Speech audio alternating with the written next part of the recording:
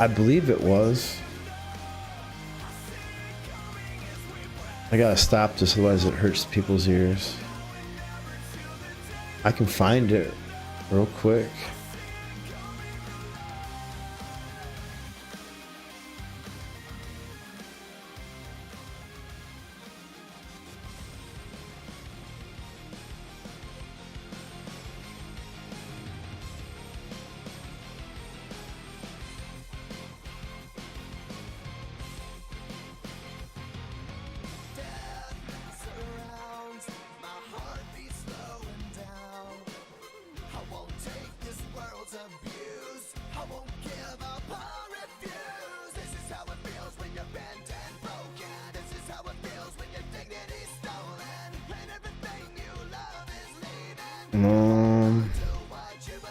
It was the one with the teardown. Now that I remember, it was a teardown.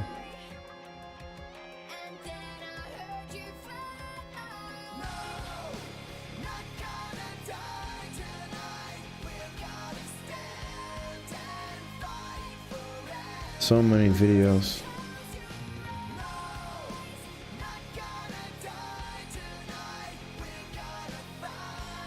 Was it this one? This is a stick. Oh, it was a throttle. And it was a teardown.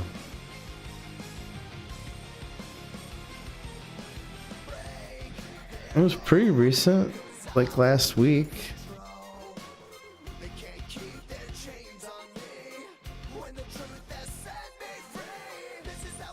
It should be right here.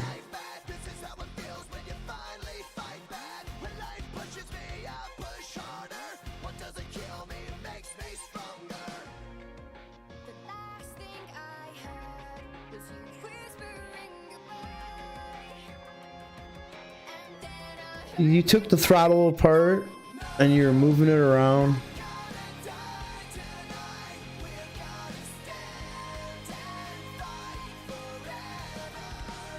This was a good one too. I like that switch box.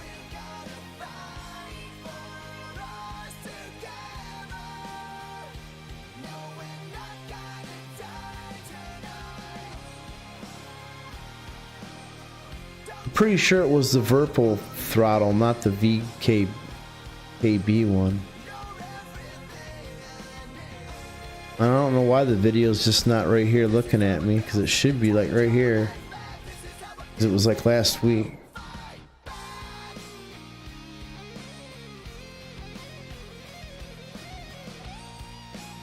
It might have been the 50% throttle.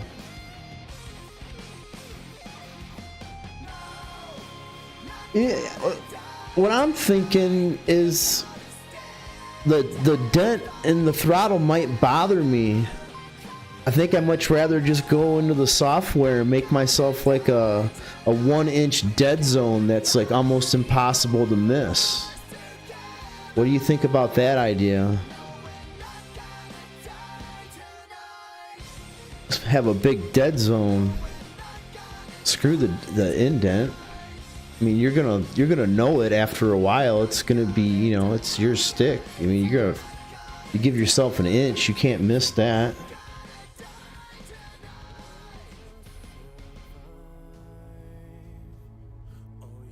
Oh, it's sexy. No, I haven't felt it.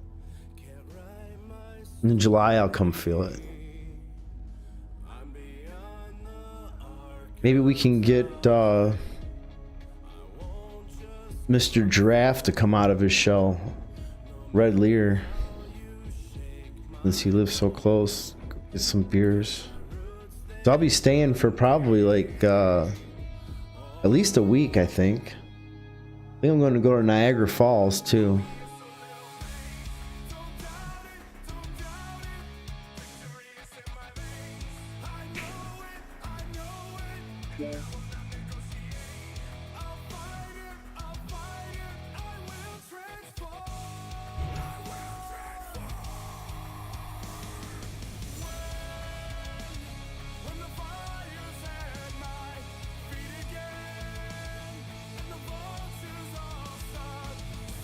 Yep, in July, me and the wife are already making plans to head out there.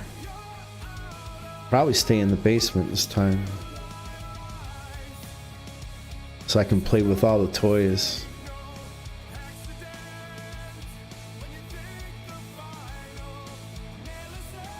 I don't know, I'll probably keep you guys up all night if I stay there though, because I don't go to bed. You might not want me there.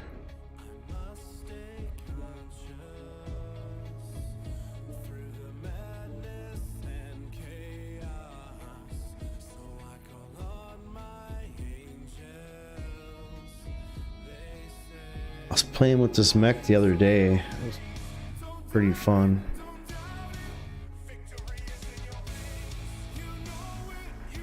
Gotta find it.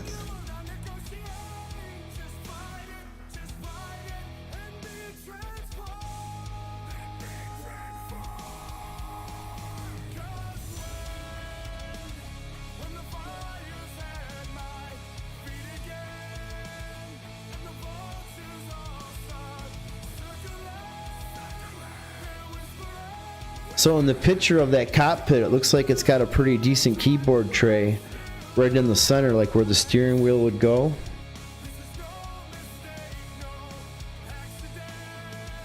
And I saw the cup holder too.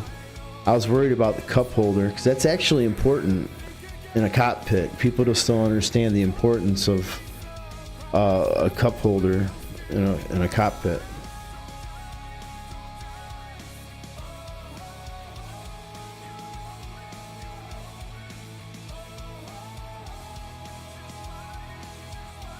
If I get that cockpit, I think I'm going to put a Mustang leather seat on it from the other plant. They got a couple extra that are just sitting there I can buy brand new in the box.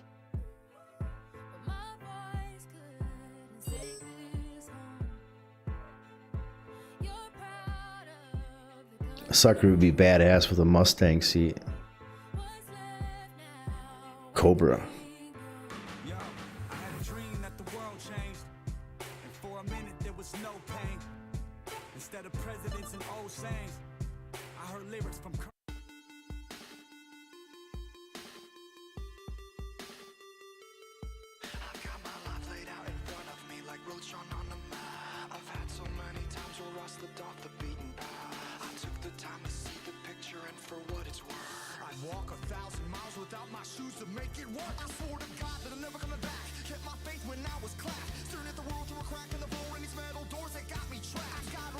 I really hope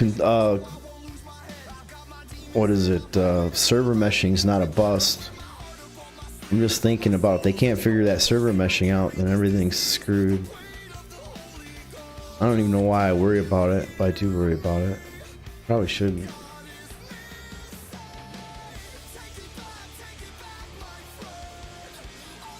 But I'd feel a hell of a lot better if they would say that they at least got some type of working server meshing instead of it just being a theory. I don't want to get stuck with a 100-person co-op game. That's the only thing I worry about with Star Citizen, that server meshing. Everything else is like Squadron 42, they got everything they need for that.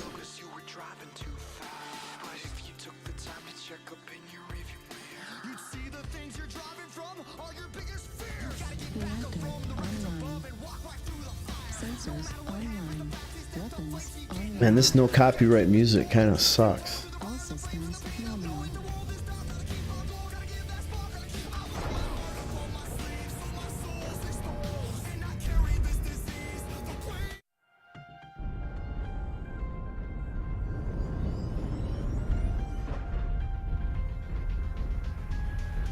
Okay, let's go. Uh-oh. Yeah, we got a dire wolf, 100-ton fatty who's really slow.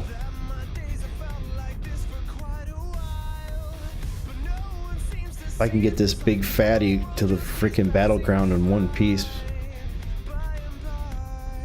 he can do a lot of damage. My mech's got ECM on it, so it's blocked the radar.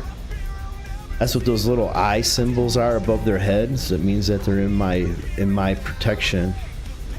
Basically, we can't get targeted because of my computer system that I have inside my mech. So right now I'm prioritizing getting this assault vehicle in one piece without him getting blown up by missiles to the battlefield. Target spotted. Looks like he's gun happy, shooting missiles into the ground. So Delta's wide open. No cover. Target spotted.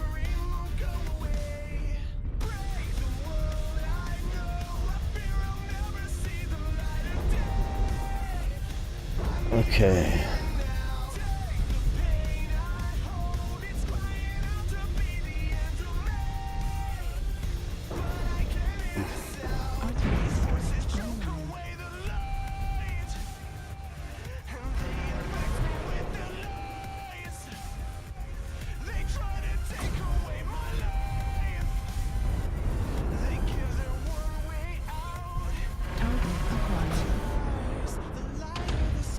Target spotted.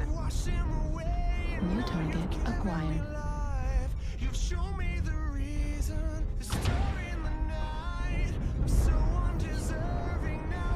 New target acquired. On our left in G7, got a couple. New target acquired. Edward, if you got missiles. Edward, if you got missiles.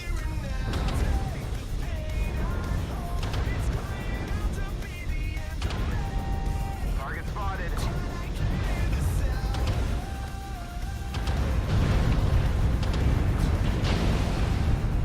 Target destroyed.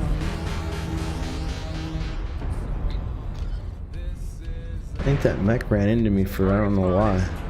Alright, we got a UAV above our heads. UAV and G8, I think you guys already got it. Target acquired.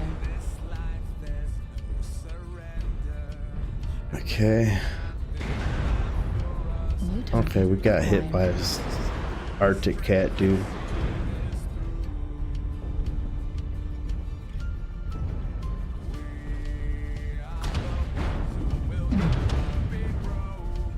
That was a Gauss rifle and I took it right in the damn center. Which isn't good because now I'm like one hit away from dying if I get hit in the center. Alpha. So I gotta be careful. Acquired. I gotta be careful.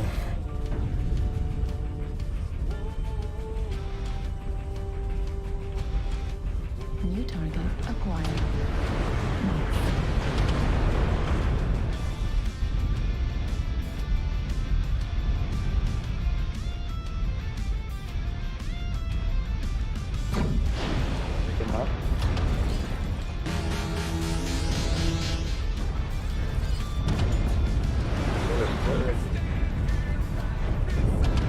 Target acquired. To our left, guys. To our left, in the F7 corner. New target acquired. Enemy base is being captured. Intertorso critical damage. I know my center torso is critical. Base is being captured. New target acquired. Kodiak. Being captured.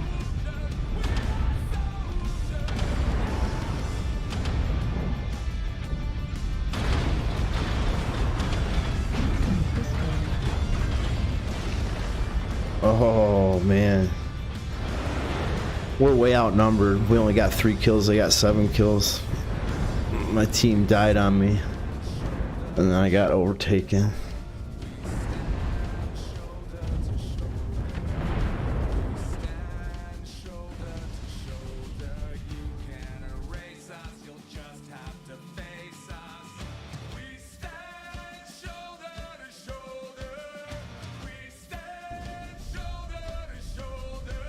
We'll do one more drop, and then we'll do the news.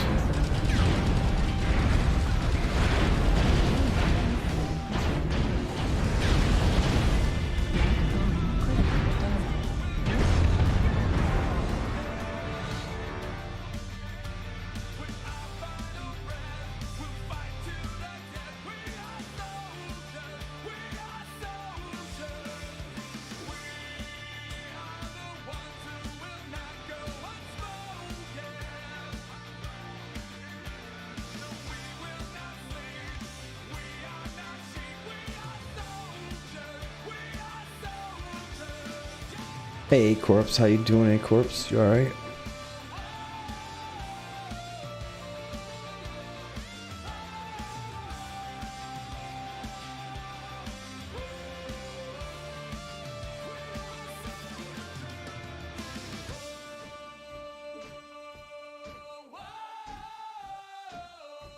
We'll knock out a bunch of videos tonight, A-Corpse, and then tomorrow we'll have probably like 3 videos.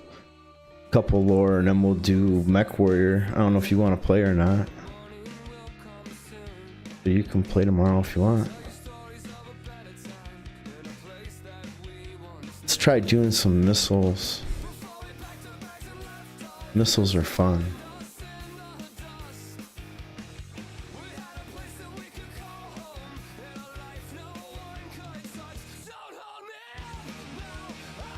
I know I had missiles on one of these. Oh yeah, 6 LRM-5s. This is a troll mech.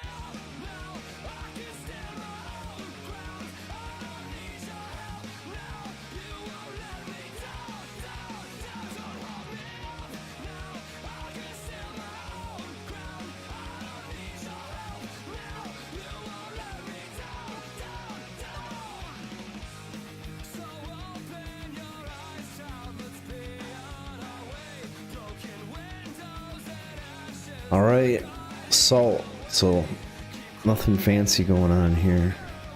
No bases. None of that.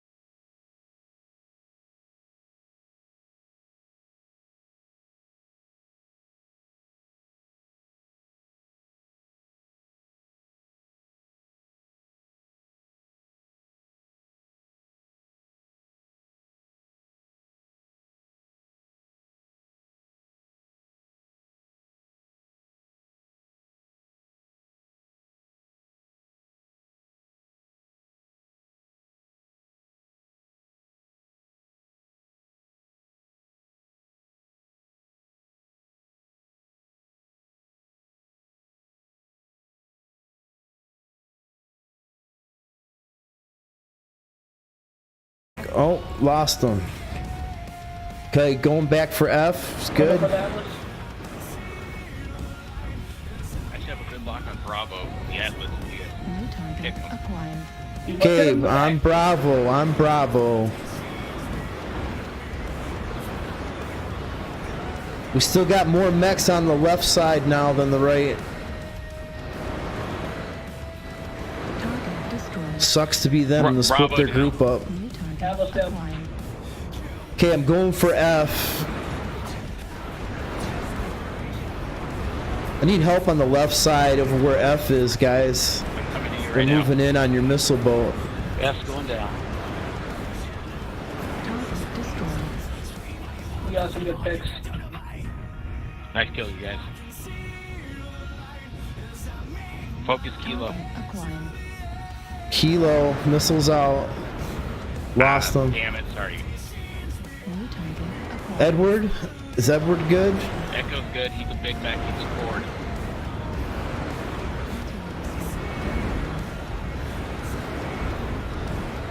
New target acquired. On K now. Commander with a tag on the right side, Hotel 8. What's our annihilator doing? Annihilator, Target acquired. get up there and get ready for an assault. Acquired.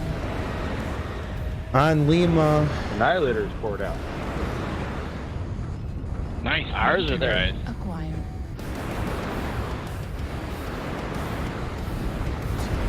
Russian Kilo. Target destroyed. Thanks, boys. Acquired. On Jaguar.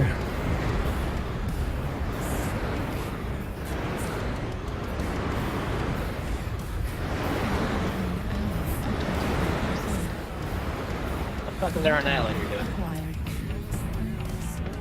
Trying not to die on red on the street. Focus India. Okay. India. Lima has ATMs. Lima's not going to have anything much longer. Yeah, I'm on Lima.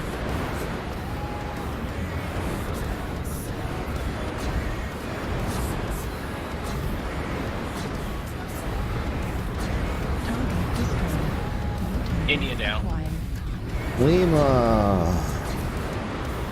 Let's fuck this last.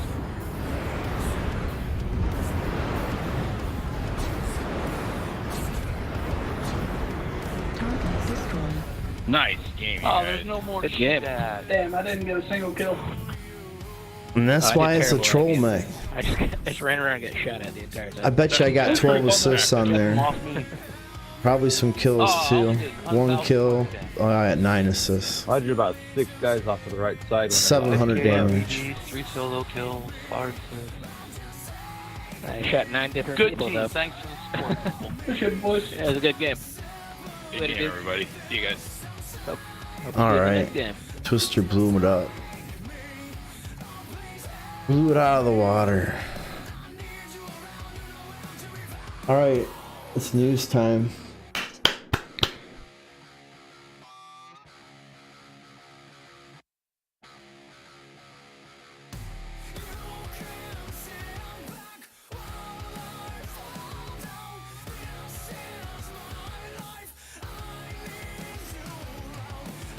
All right.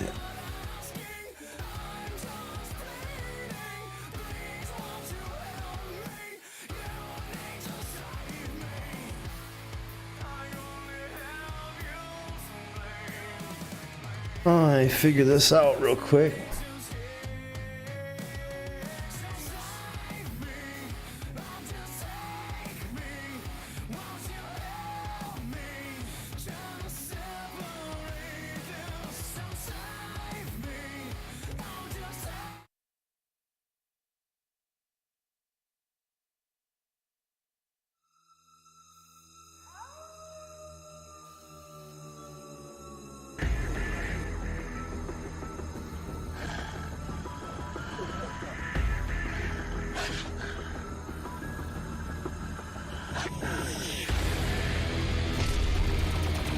Even at this stage, you can stop me.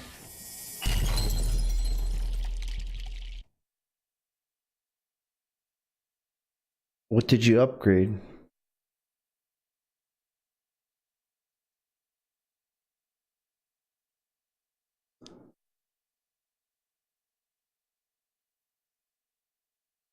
Don't look like the Daylight Gamer guy's making any more videos. Seems like he's... Well, I guess there's not a lot to make videos about. STL 5 days ago. Dude, how many best starting package videos can you make? I think he's made a couple, didn't he? Oh, yeah, that's a nice chip right here. Now, is that 8 cores with hyper threading? Oh, so it's a 16 core virtual? Or is it just 8 core, 8 core? Alright, let's watch this video, and I'm gonna go get my tea while this is running. Turn it down a little bit. Wow. Hey guys, Youngblood with you, and today we're going to talk about what I recommend is the best starting package for people that are getting into the game. Now, unfortunately, I can't just say go to the Pledge store, which is where I'm at right here, and say buy this outright in one simple purchase, because the specific package that I'm recommending isn't available, but you do have a way to get what you want. Now, when we look at these entry-level packs, you're going to notice there's prices that go way up and have way more ships, and we're really talking about people that are just getting into the game, either yourself or maybe you're already in the game and you want to get a friend in and you want to get them set up to do as much in the game as they possibly can right now. So let's take a look at these lower-priced options that are available, including the Mustang Alpha, the Aurora MR, and the Avenger Stalker. Now, there are some that cost 16 a little bit threads, more, like 5K, that that's says plus Squadron insane. 42 combo. That means it's coming with the online game and the actual MMO portion. But that's not what we're really looking at, because we're assuming you want to get your friend in to help play, multiplayer with you. So you have a couple options. The Mustang Alpha starter pack at $45 and the Aurora MR starter pack at $45. Those are the cheapest ways to get in. However, there are some limitations when you really look at these, because the Mustang has lackluster weapons, it's not very durable, and it's just kind of got average speed, although it does have nice visibility from the cockpit. The Aurora MR, on the other hand, is a little more durable, but it's slow, it's kind of sluggish, and both of these are going to come with some pretty heavy cargo limitations, so you can't really do much commodities trading in either one of these ships. The other one, in the Avenger line, is one that I'm always keen on suggesting, is because it's a really well-rounded ship. But it's worth noticing that there's an Avenger Stalker, there's an Avenger Titan, there's an Avenger Warlock, so not all of them are necessarily playing the same game as far as how they play in the universe.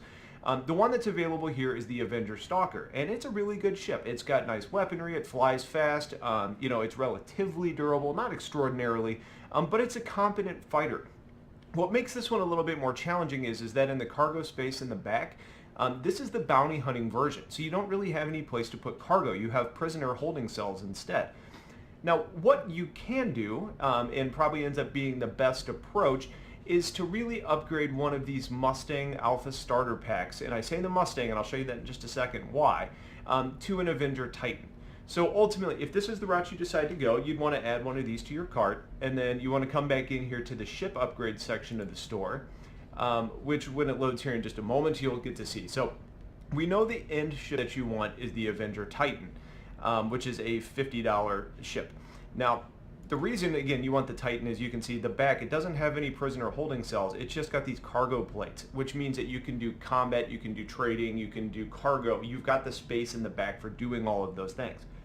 Now, when we actually pick the 2 ship, you're going to see that the MSRPs are listed. Now, even though the Aurora pack and the Mustang pack are both listed as $45 packs, you'll notice the MSRP on the ship itself is different. The MR is only worth $25, the Mustang is worth $30, and you will actually end up paying the difference between these to upgrade. So in order to upgrade the Aurora MR pack to an Avenger Titan, it's going to cost you $25. But if you want to upgrade the Mustang Alpha, it's only going to cost you $20. So 20 plus the 45 means at $65 you get a full version of the game, and you can actually add this on and have a ship known as the Avenger Titan, which does all of those things I'd already mentioned, and it's just a much better experience.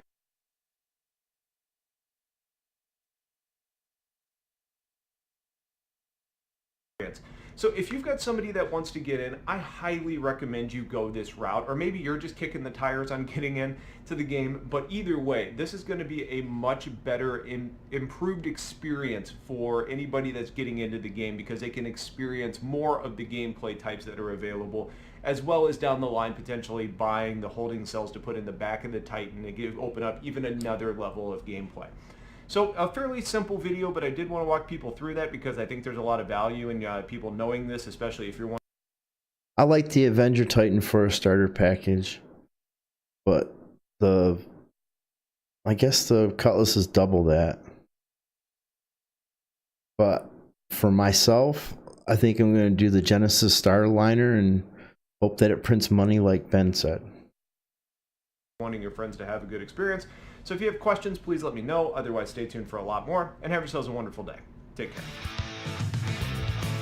That was STL Youngblood. That's his starter ship video.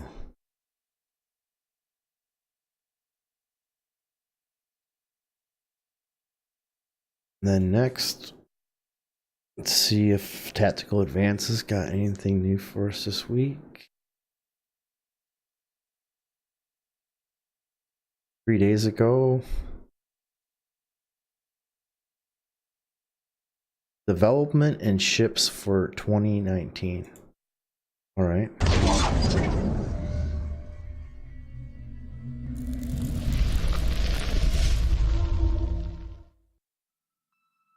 Ladies and gentlemen, Tactical Advance here, and welcome to a news update. Now, the main roadmap up until the end of the year has now been updated, and today we're going to run through what you can expect in the upcoming patches, starting from 3.6. If you don't know what's in 3.5, I've already made a video on that one already. I'll leave a link in the description if you missed that one. But today we're going to be talking about 3.6, 3.7 and 3.8, and going through some of the features, ships and mechanics we're going to see in each release. Now, just to make it clear before I start and take you through everything So that we're talking going to about see the this next year, 3 what they're quarters trying to do with the new roadmaps is of the create year. something that they believe that they can definitely achieve, with the possibility of actually features being added in. What they've done in the past, they've created the roadmaps and they have created them quite stiff and quite hard to achieve, and in some cases some of the mechanics and some of the bits have passed over, and that can be very disappointing for the people that are backing and following the game. So this roadmap has been refined down to something that Star Citizen believe that they can achieve. They're doing it slightly different than they have done in the past. They have also highlighted that they might add some surprises, and also there could be additions to the patches throughout the year. What they're saying is they would rather surprise us with something rather than taking something out. Now, starting off at 3.6, this will be coming out on Q2 this year. On the character side, we're going to see updates to the HUD and visor system. This will be across the board for all helmets. On the location side, we're going to see updates to the varieties of space station stops we're going to see. On the rest stop space stations, we're going to see exterior variants and interior variants and different variants of rest stops. Moving on to the AI technology, 3D pathfinding V2 will be introduced. This will be a part of building the foundations for the technology that allows the AI to navigate in 3D space by utilizing the physics grid system. There will be updates to the NPCs as well, including the bartenders as well. This will be a passover on the audio and also the animations and the textures as well. Also included in this AI update as well will be V1 of the AI cover system. So rather than the AI just standing there shooting you directly, they will seek cover and act more realistic, like maybe like a player. Next up on the list is gameplay. For all you people out there that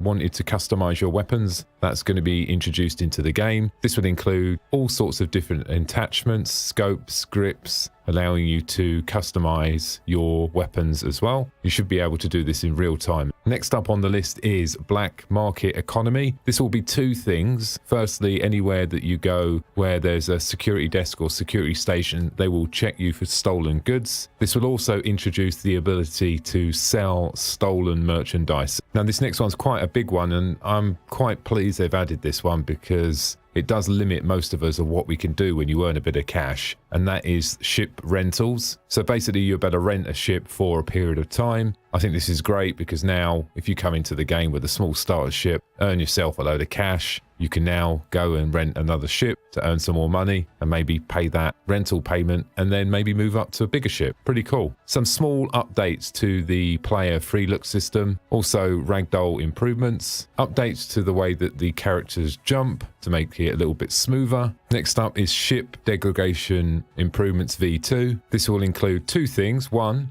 include a visual degradation look between old and new, and secondly, it would also include misfires and erratic behavior in parts that are wearing. Now clearly for that to work, they also need to add in misfires into this build as well, so that will be included. Next up is player carrybables v2. This will give the ability to carry other items other than just boxes, things like helmets, and also give you the ability to pick up many other objects and place them around your ship or hangar later on. Next on the list is Transit Systems v2. This will include improvements to the system that allows players to transfer between various map sections such as doors, elevators and airlocks. So this would be a passover to smoothen it all out. And the last one on the list for gameplay in this patch will be improvements to the space bounty mission so the NPCs can quantum travel away to evade players. Next up is ships and vehicles. The Vanguard Warden is going to have a update. This will also include a balance update as well. The P-72 Archimedes, we will see that as well. The 890 Jump, I know loads of people out there have got one of that who are going to be really looking forward to seeing that. And also the P-52 Merlin improvements as well. Moving on to the weapons and items. One really cool weapon we're going to see here is the missile launcher being introduced into the game, which I think is going to be really cool, particularly if you're a ground troop and you want to shoot down either a ship flying around or even possibly a ground vehicle.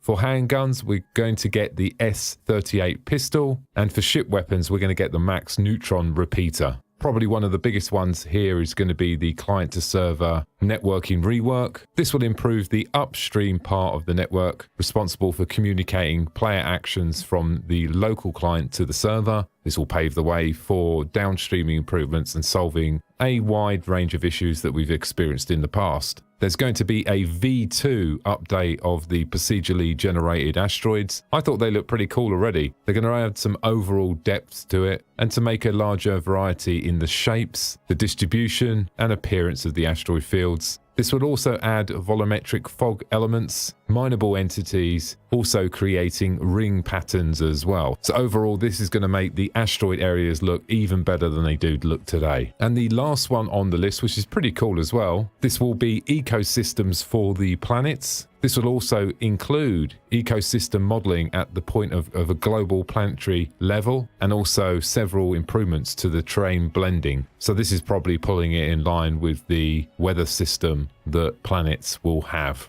as well. So overall, 3.6 looks pretty decent. There does seem to be quite a heavy part on the core tech, which I think makes sense because we need to get this into shape. So that's everything for 3.6. Let's move on to 3.7 and see what we've got in quarter 3. First on the list for the character side, we're going to see Bounty Hunter armor added. For locations, we're going to see cargo depot space stations. This will be used for cargo runners to sell their cargo. Clearly, if you're in a small ship, you don't have to sell to these particular platforms. But if you're in a very, very large ship and it can't go down to planet side, well, this is going to be a must. Rest stop space stations. These ones will be unoccupied to some extent. These will be found in less traveled locations. This will give you the ability to fuel, repair, but will have minimum crew and security, and also shop opportunities on board. The rest stop stations interior varieties will be updated so they can expand this out, so when they create more stations that they don't look all the same.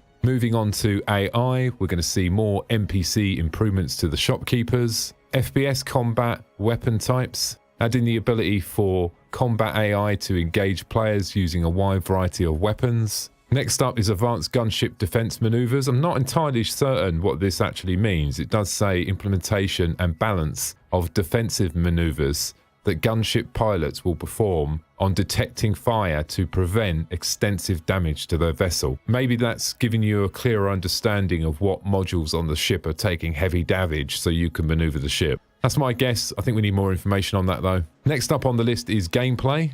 This will be improvements to the hydrogen intake generation system for fuel. What it would do in this patch, it would take into account the environment density and then calculate the regen capability. Improvements to going downstairs. This might sound like a simple thing, but the amount of time I've hurt myself running downstairs. Next up is NPC healing improvements. This will be quite basic to start with. This will just give you the ability to use med pens on other players and NPCs. FPS close combat. This would be punching and so on, as you can imagine. This will also include knives as well. Improvements to the death animations. We will see the first introduction to player swimming, updates to the player status system. This is a really interesting one. The player status trackers and various well-being attributes of the character, including health, stamina, and oxygen levels. This will be expanded to include thirst, hunger, rest, inebriation, hygiene, and temperature. That's one for you to chat about in the comments, isn't it? This will have basically what this will do is these values will have a knock-on effect for the player's stamina and the ability. This can also be used by AI behaviors to make intelligent decisions based on their own condition or others' conditions as well. Next up is the Power System V2, and this is basically extending the power system to provide a systematic connection between all the power systems. So what this means is if someone gets close to your ship and they EMP, let's say, the airlock and a couple of doors and the side of the ship, the power would go down only in that area of the ship, but the rest of the power would stay on in the rest of the ship, rather than knocking the power out for the whole ship. PvP bounties. Security forces will search for stolen and illegal items and respond appropriately. At this point... You getting all that, A-Corps? We're adding all that crap, hygiene and hunger and all that crap. That doesn't make a game fun. I'm kind of worried about that because then if they're really gonna make us like use the bathroom like every like 4 hours, otherwise we're gonna start having problems and stuff like that. That's not fun. That's not good, dude. It's like, dude, I gotta use your ship. I gotta use your ship, dude. Why? Dude, my character's gotta drop a deuce. That's stupid stuff. I hope that don't happen. We will have the ability to sell stolen merchandise. This one I'm really looking forward to. The cockpit experience improvements. Some of the ships out there have really, really good display layouts. This will be a part of all the displays and HUDs in the cockpits, as well as audio interactions as well. Next up is updates to the repair, refuel and restock at the kiosks. And last one on the list under gameplay is the implementation of physical inventories. This will be a localized physical inventory system. So by the sound of it, it doesn't sound like it's going to be on the player. It's more likely going to be in a cupboard or maybe on the ship, but just give you the ability to go back to the ship and maybe change your loadout. Moving on to the ships and vehicles. First one in the line is the Vanguard Harbinger. Second up is the Vanguard Sentinel. And then finally, we will see the Cutlass Red rework. For weapons and items, we are going to see a grenade launcher being added. That's going to be pretty cool for when you're on the ground. It'd be interesting to see how the grenade launcher is going to work in space. We'll have to wait and see, but I'm sure that's going to bring some pretty cool gameplay. As well as the grenade launcher, we will also see a few other weapons as well, a laser cannon and also a small frag pistol. And finally, we will also see a light machine gun entering as well. Moving on to the core tech, large-scale shadows. This will clearly be the shadows from the ships and also buildings as well. Next up is server-to-client network rework. This will be more improvements to prevent lag spikes, rubber banding, and also help the NPCs move around the verse. And as well as the shadows being added to the, obviously, the ships and everything, it will also be added to the terrains as well. And the final two on the list for 3.7 are shield technology replacement. This will be pretty much a total overhaul of the shield visuals, improved performance for collision as well. Next up is atmosphere tech improvements, various stability improvements to reduce certain artifacts that are currently visible in different views. with the ultimate goal to make the transition from atmosphere into atmosphere as you move through the fog and the atmosphere, that you don't see any distortion or odd looking graphical issues. And the final patch for this year will be 3.8. That's due in Q4. I'm going to say it's one of the best patches because clearly I'm going to be biased and you'll soon find out. Let's start from the top. Characters. We'll see the introduction of a clothing set that is worn by the citizens on Microtech. This will also include a new mission giver called Eddie. He will be clearly based at Microtech. Moving on to locations, we see quite a few locations on this one, which is quite interesting. The first one we see is refining stations. These refining facilities will refine ore into usable material for industry, trade, and also crafting. Cargo space station, unoccupied. Once again, very similar to the ones I said before. These will be places where you can sell your cargo, as well as refinery space stations that you can land on and walk around. There will be unoccupied ones as well. The big one here is going to be the Microtech planet, which if you look on the current star map, you can actually go to Microtech now. There's nothing there. Pretty cool. It's a long jump, and in this patch we will get the planet. This will be a frozen planet, and it will have many points of interest for you to go and visit. This will also include the main landing zone. Probably going to get this wrong. The Babbage landing zone, V1, so this is going to be the first version. This will be a habitation against the elements, so you're going to see lots of domes, biodomes, and so on. This is the major city or the major area for Microtech. They're calling this V1 because it will be limited on its first release, and then the different areas of Microtech will be expanded later on. With a new planet coming in, we will see 3 moons as well. AI behavior, we will see updates to the combat AI. This will bring more variety, so they will have different weapons and they will have different skill sets as well. Moving on to the flight AI, this will be very similar to the combat AI. We will start to see ace pilots and pilots with different skill levels and also different loadouts. Moving on to the gameplay aspect of it, and this one I'm looking forward to because it's going to add a lot more content to the game. This is the dynamic mission system. The dynamic mission system will allow missions to be offered in different location, rewards, and so on, with different parameters. This will be driven from the back-end simulation, so we can expect to see many more missions to do and take part in all around the PU. Next up is the ability for 0G push-pull. So quite simple, if you're on an exterior of a ship and let's say later on you're going to be repairing it, it will give you the ability to move you in whatever direction you would like to go in. Next up is seated item handling. Basically what this will do, it will give you the ability to sit in a seat and use a hand weapon or a small weapon. So this could be used while you're moving or traversing in a land vehicle and maybe you want to shoot out the side window. Next up is security system. The security system control is who has access to areas and objects based on a variety of factors such as reputation, ownership, keycard, and faction. It will automatically issue a warning to people breaking the law, and if ignored, it will flag them as a criminal to the security forces. Next up on the list, this is quite a surprise for me because they've removed and they've added this one back in loads of times, so I don't know the depth they're going to go to on this. They did say a long time ago that they were going to remove this feature and only have this feature for large ships that needed to dock to maybe sell cargo because they can't land on the planet, and that is ship-to-ship docking. Says here this feature allows small ships to dock in larger ships whilst in space. I'll be interested to see how that's going to work. Tractor beam, docking collar. Not a massive amount of information on what that's exactly going to be, but we'll have to wait and see.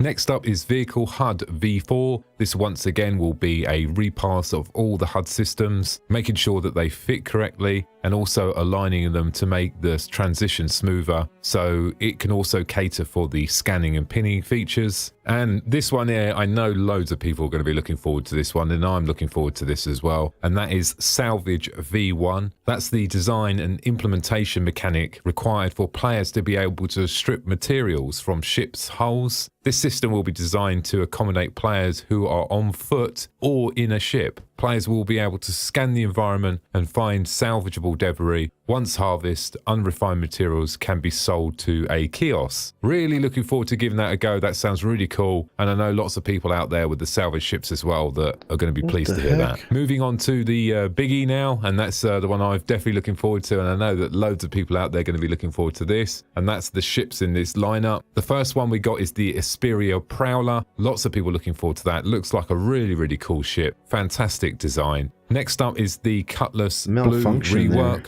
Following on from that, That was it's the weird. Karak. Yes, I did say that. I am so excited for that. I'm going to be counting down the days. It's going to be a fantastic end of the year to get my Karak. I cannot wait. So great news. I'm glad to see it in the roadmap as well. The next ship that's going to be introduced as well is the Hull C. I know loads of people out there who've got a Hull series that would love to see the animations and how the whole series work. So we're going to be doing some massive cargo runs when that comes into the game. On the weapon side, we're going to see a new pistol and some small upgrades to Ooh, some on of the fire. weapons. And then on the Cortex side, it will be just overall performance and improvements. So that's what we're going to see in 2019. Let me know in the comments what you think. To be honest, for me, I think that there are some really cool features in there. I'm really looking forward to it. Like I said at the start of the video, they have told us that there could be other features added. What they've tried to do with this roadmap is to give a conservative roadmap with a possibility of them adding other features and other ships in, rather than do it the other way around, rather than create a roadmap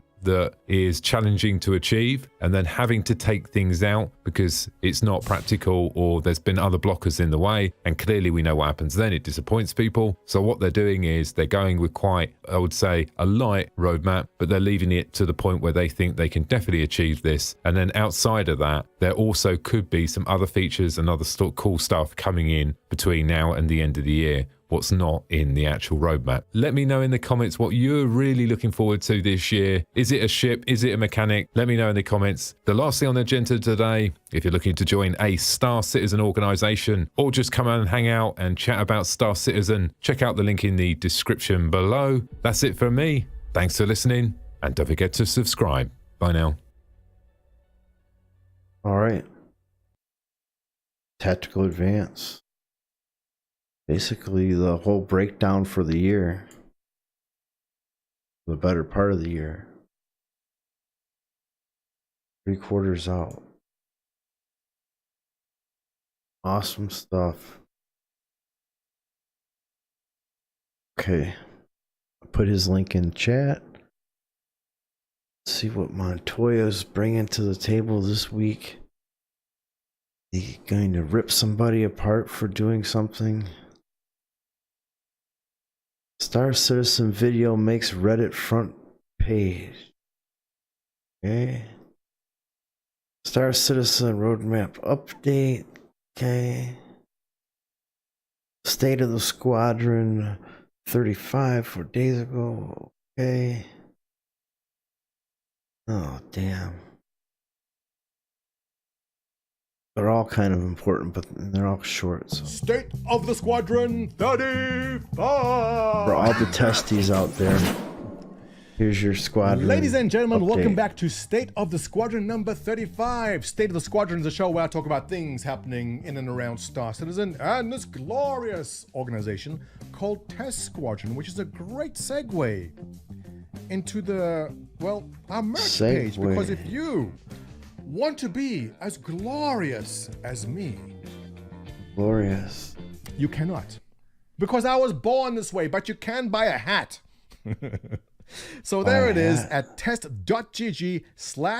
The link is below if you would like a hat and other glorious merch, like a hat and a bag apparently, and another hat and a yellow shirt, which looks to be too bright of a yellow, but still, drop in there and take a look. Now, with that out of the way, let us move to the most important part, which is this, and that is welcoming over 250 new members since the last video. Guys, welcome to Test. Wow, I appreciate you choosing us as your organization. It is an honor to have you choose us. Let's take a look at some new members coming in here. New members. All state affiliate, filthy affiliates clogging our member list. Boof, look at this specimen, Boof 32, filthy affiliate. What organization? Nova Intergalactic. Who are you? I don't remember. 809 members. That's pretty big. What are you guys about? Exploring the galaxy, blah, blah, blah. Fighting the bad guys. Look. I don't know anything about Nova Intergalactic. All I know is now we have a new enemy. I'm joking. How you doing, guys? A pleasure to have you, Booth32. And let's look at some main members here. All right. Scout Roast, Fight Officer Club, Dillygaff, Steel Akula, Dazza17891, Pony Boy, LHQ, Octaplus, Salt for Days, great name. Riot Man. Oh, Riot Man. I saw you in Discord. Nice to meet you again. Welcome to Test. It is great having you join us. If you guys are looking for Organization Star Citizen, the org page is right there. It's always listed below. Feel free to drop in. It'll be our honor to have you join us. Now, speaking of Star Citizen, I will confess, it has been a long time since I've been active in there, but this weekend that is going to change. What I want to do is, let me take you to the calendar in Gilded. All right, we're going to be using this calendar, I'm going to show you in a second, a lot more going forward, especially as we get more active in Star Citizen. So gilded.gg/test. Now, this site, Gilded, was made by a Redditor, and he wanted a way to organize with his friends to get into games, LFG basically, and he came up with this. Now, I'm going to be honest, there's a lot of the UI which isn't working too well for me, but there are features which I absolutely love. And one of the features which is very important, on the left-hand side, when you go to gilded.gg/test, left-hand side, calendar, click that. This calendar is going to be packed full of things when we get more active. Mining ops, piracy ops. Hey, you want to go grief that org that I just mentioned? It's going to be on the calendar. That's terrible for OPSEC. But anyway, that's how we roll. So tomorrow, which is going to be the 9th, 3 p.m. East Coast, there is an Aurora blotting event. There's also the Test Combat Flight by Mark Santu. Get your ass into Star Citizen and come join us for this event at 3 p.m. East Coast time. Okay, let me get back to the event in a second. While I'm on Gilded, go check this out. On the left-hand side, you see all these different logos for all these different games. Click the number right there. And this is actually one of the features I like seeing. Now, when you join an organization like Test, we are playing many games at the same time. What I'm asking you to do, if you play a game which we have listed, or if the game you play is not listed, let us know. We can add it. For example, this morning, I added Division 2. And if you plan on playing Division 2, click on Division 2, and go to the roster on the left-hand side, click that. Yes. There you can add yourself to the roster. Now, this is all done through Discord. That's a good layout. Login using your Discord, perfectly safe, don't worry about it. And add also your in-game name. You can see that Ben TST, is that what it is? Has added himself. And it's an easy way to basically get yourself into the game and find people playing. So you don't have to go and just go to the forum and say, does anyone play this obscure game that I'm playing? You will see it listed here. We're trying to flesh this out. Apex Legends just came out. We added this yesterday, I believe. And again, go to the roster. Add yourself to the roster. Ho-Ho's is in. Big Times. Schmunkel. 98. Someone. This was funny. Someone rage quitted Origin, deleted from his computer because he was so angry with Anthem. The next day, reinstalls it so he can play Apex. Someone is getting himself an EA heart tattoo because he loves EA that much. He's going to kick my ass for saying this. But someone is in there good to see, hey, Kellex, get your in-game name in there too. That's funny. And you can do that for all the games you're involved in. I think it's a great way to get involved. Anthem, a lot of people looking forward to that one. Again, click Anthem and click on the roster. There you see all the people who want to play Anthem listed in there. So you can add them to your friends list. Great feature. I want to see more people taking advantage of that. So get in there and add yourself to that. All right, so Aurora Blotting the Sun event. I posted on the forums too. All right, here's the thread I posted a bit earlier. Obviously, check the calendar and get into Discord. If you don't come onto Discord, we can't speak with you. If we can't speak with you, we are not going to play the game with you, you lazy ass. Why aren't you already in our Discord if you're in Test? That's what I want to know. You don't need to have an Aurora, a Mustang, or you know what? Any ship will do. What I want to do, and the reason why I'm pulling this together, is like I said, I haven't played Star Citizen for a while, and my contact list is just full of names of people I've been playing with over the past 4 years, a lot of which are not active in Star Citizen right now. So what I want to do is update my contact list. And if you are playing Star Citizen or you haven't played in a while, get in there tomorrow, 3 p.m. East Coast time, Port Olisar. Let's all refresh our contact list with active people who are playing the game right now.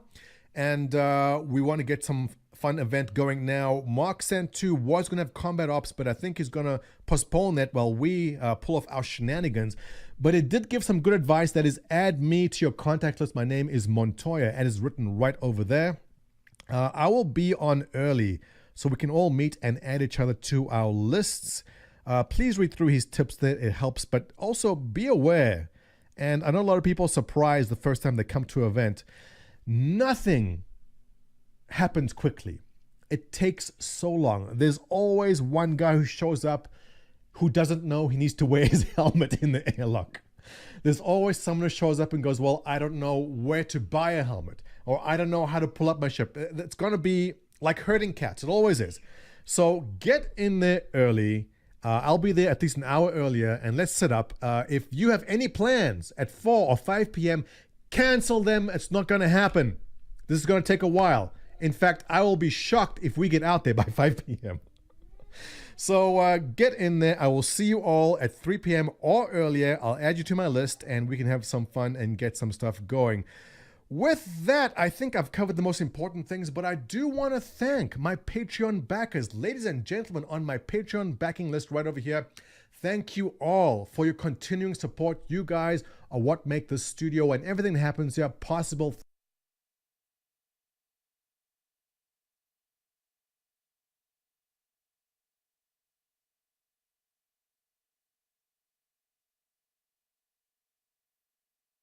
This is a great story. I want to show you this, and what is most interesting to me is to see how reactions and reception to Star Citizen have changed over the years. All right, here we Whereas go. 2 or 3 years ago, if something from Star Citizen made the front page of Reddit, the comments would be, oh, scam, vaporware, game's never gonna be made. Hope you enjoyed losing your money, you stupid ass. But look at the beauty of this, how the conversation has now shifted completely away from that. Ladies and gentlemen, welcome back. I am Montoya. I want to take a look with you at this beautiful video made by Jadao DE. He posted this on Reddit, I think 2 days ago, and it's absolutely spectacular. I don't even know how long this must have taken to edit this smoothly and this well. He basically takes his character, goes through all different environments in Star Citizen, and changes the armor to every single armor set. This must have taken days, if not weeks, to get to this point. Very well done, beautiful video showcasing the beauty that is Star Citizen. And this got picked up and it ended up on the front page of Reddit. Now, usually when these things end up on the front page of Reddit, was also the gaming subreddit, I love jumping into the comment section to see what people are saying. And, this time, I gotta say, I was pleasantly surprised with what I saw. Look at this video. Isn't this great? So besides being just a beautiful GIF that was posted here with almost 340,000 that views is awesome. at the moment, it's the comment section which has the real gold as always. And I thought we'd take a look at a couple of these comments. Alrighty, here's one by Cryoclasm. And Cryoclasm says, Star Citizen is this weird game that I know I won't play. Well, great. All right. I bet you've never played it, but he's already made his mind up. No problem. But I really hope it eventually gets to version 1.0 for everybody. Too many people got hurt by No Man's Sky. Oh, the comparisons to No Man's Sky. Oh. All right. That's not good. Look, people see spaceships, they see space game, they think No Man's Sky, they see Star Citizen. Star Citizen must be like No Man's Sky. But no. The difference between Star Citizen and No Man's Sky is that Star Citizen is the most transparent development of a game in history. No Man's Sky basically said, hey, you'll have all these procedurally generated planets, you can go there with a friend, you can get steel plates to fix your stupid spaceship and take off from this planet with your friends. None of that happened on release. We had no idea what No Man's Sky was about until the actual game came There we go. I out. can So unblock him in the corner. it bugs me to no Oh, now he's end back that in the people front. still compare Star Citizen to No Man's Sky. Star Citizen, we're playing the game right now. I'm in the game right now on that computer over there. I'm playing it. We know exactly what is happening. We have the roadmap. We have the patch right now we're playing. Everything is in there. There's no mystery as to what the game will be. We know exactly what's happening, and it's spectacular. It really is groundbreaking in so many different ways. So there's really no excuse for a comment like this from Cryclasma saying it's going to be like No Man's Sky. No. We know exactly what Star Citizen is about. No, it's not No Man's Sky. But you know what? Not everyone follows the game as closely as everyone here watching this channel does. So, give them a pass on this. But let's go on. Well, here's an interesting comment by Tossaway for Reasons, who got gold for this comment. And he says, the promise that I may someday be able to play games like this has actually been one of the things that have kept me going during really dark times in my life. Wow. But you know what? He's not alone in that. There's a lot of people that Star Citizen is the end all of all games. It's everything they've ever wanted in a game. And if this MMO is successful, as they're hoping it will be, this is a game you'll start playing now, and you'll be playing it for the next 15 or 20 years, because that's what they're hoping to do with it. So yeah, for you, Tossaway for Reasons, there's a lot of people who absolutely agree with everything you said there about this being the big one. Well, the next comment down from Petty Office over here. This is a good comment here. I invested into the crowdfunding on its first year, and to be honest, prior to this, I forgot I even owned it. Since that first year, I've gotten married, had 2 kids, with one on the way, and set up my own business. Well, okay, that's the same boat over here. I am over it and will never have the time or high enough GPU. All right, I actually responded to this guy, and I think he edited his comment to reflect what I told him. And what I told him, actually what I did was give him a link to a specific page. Now, if you're in the same boat and you're concerned that your computer is not good enough to run this, well, I have a treat for you. Star Citizen had a patch recently with something in it called Object Container Streaming, which made the game run beautifully on almost every mid-range machine. And what I want to do is take you to this link right over here, and you can see how your GPU and CPU pair work in Star Citizen. So go to robertspaceindustries.com, like so. Head down to development, mouse over development. When you get there, click on telemetry. Now this is beautiful. Here we can see the combination, your CPU score and your GPU score.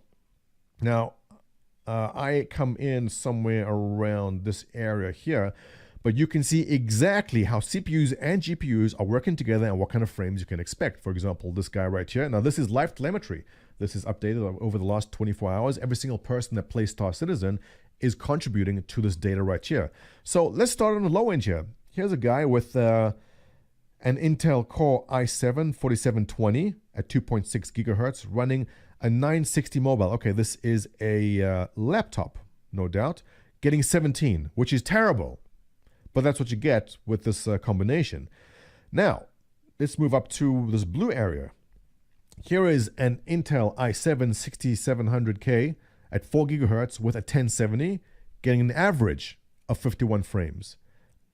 Here we have an average of 41 frames. The combination is a GTX 1060 with an i7-7700. And if you look at the color coding here, you can see that the current recommended specifications are in this area. Let's see what people are getting around here. An average of 88 frames.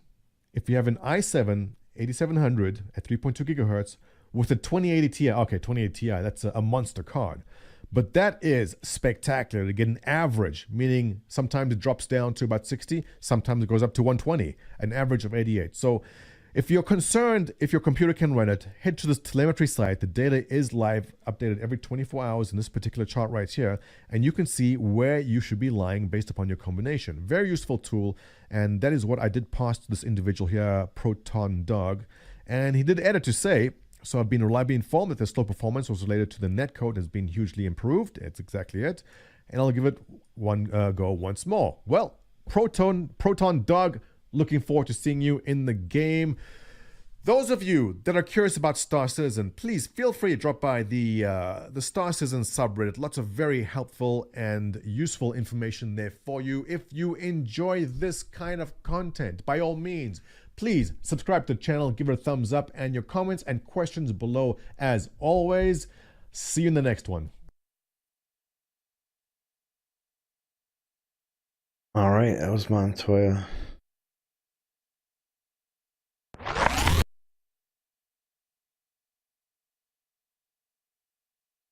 This is a great story. I want to show you this. And what is most interesting to me is to see how react.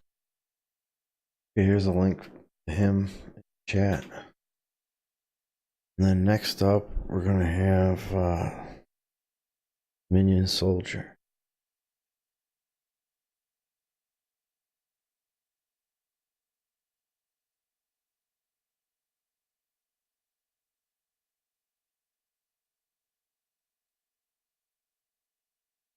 Calling all minions. I don't know. He goes to the forums. You can hardly hear him. We'll try it one more time. See if he's too soft spoken. Interactive ability and tactileness. No. Turn it up. No. Turn it up. Way up. Hi everybody, welcome to another episode of Calling All Devs, the weekly Q&A series where I take questions from you. Calling all devs.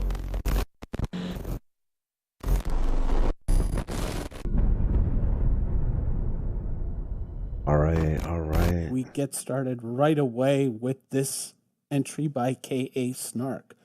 Remark about development timetable entry 3.8.0, Lightning Bolt Co. All right. Good day, devs. Although good day, I'm not sure this is the correct forum for this, I felt it would serve fastest way to get this info to dev team. Please be patient with me here. Just wanted to share with you a small correction about brand logo of Lightning Bolt Co. The Russian logo is linguistically incorrect. Russian words. The proper spelling would be more Russian words or Molnia Corp in English. To tell the truth, it's quite irritating for Russian-speaking audience to see Russian language constantly distorted in foreign products. Sadly, this happens all too often. And you know what? We know what you're speaking about. Let's move on. I can hear him a lot better this week. Hi, Akrid. How you doing, buddy?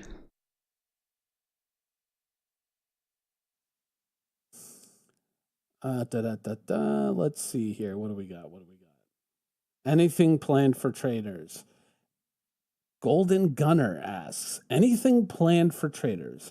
After doing quite a few legal and illegal trades, getting a bit boring routine. Do you guys have anything planned for this part of the game? Seems something missing.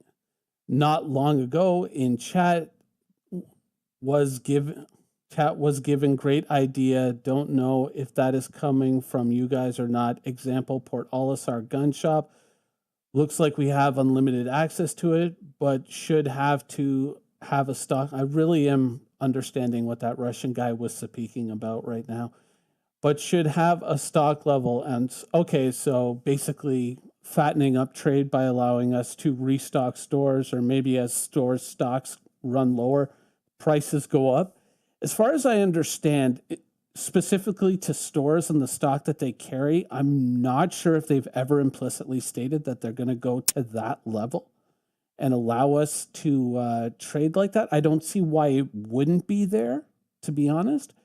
But I do know that there is going to be fluctuating markets and prices going up and down, so they could use something like that in the future to encourage stores to keep their stocks up by yet letting players know that there's a higher price out there for their goods.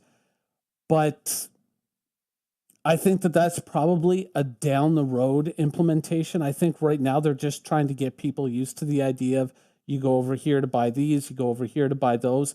And something like that might come in a later iteration of a much more complex and hopefully a closer to a finished state economy. So possibly something you'll see in the future, but I don't think that it's too great an ask. So yes.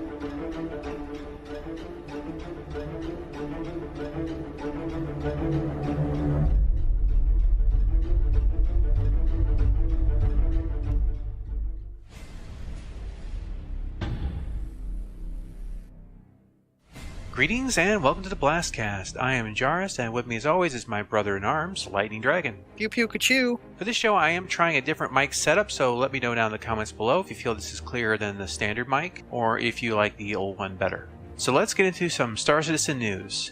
This week we finally got the roadmap updates, and man, was there a lot of stuff in there. And I'll touch on these a little bit. If you haven't gone to RSI's main website and checked it out, I really recommend that you do.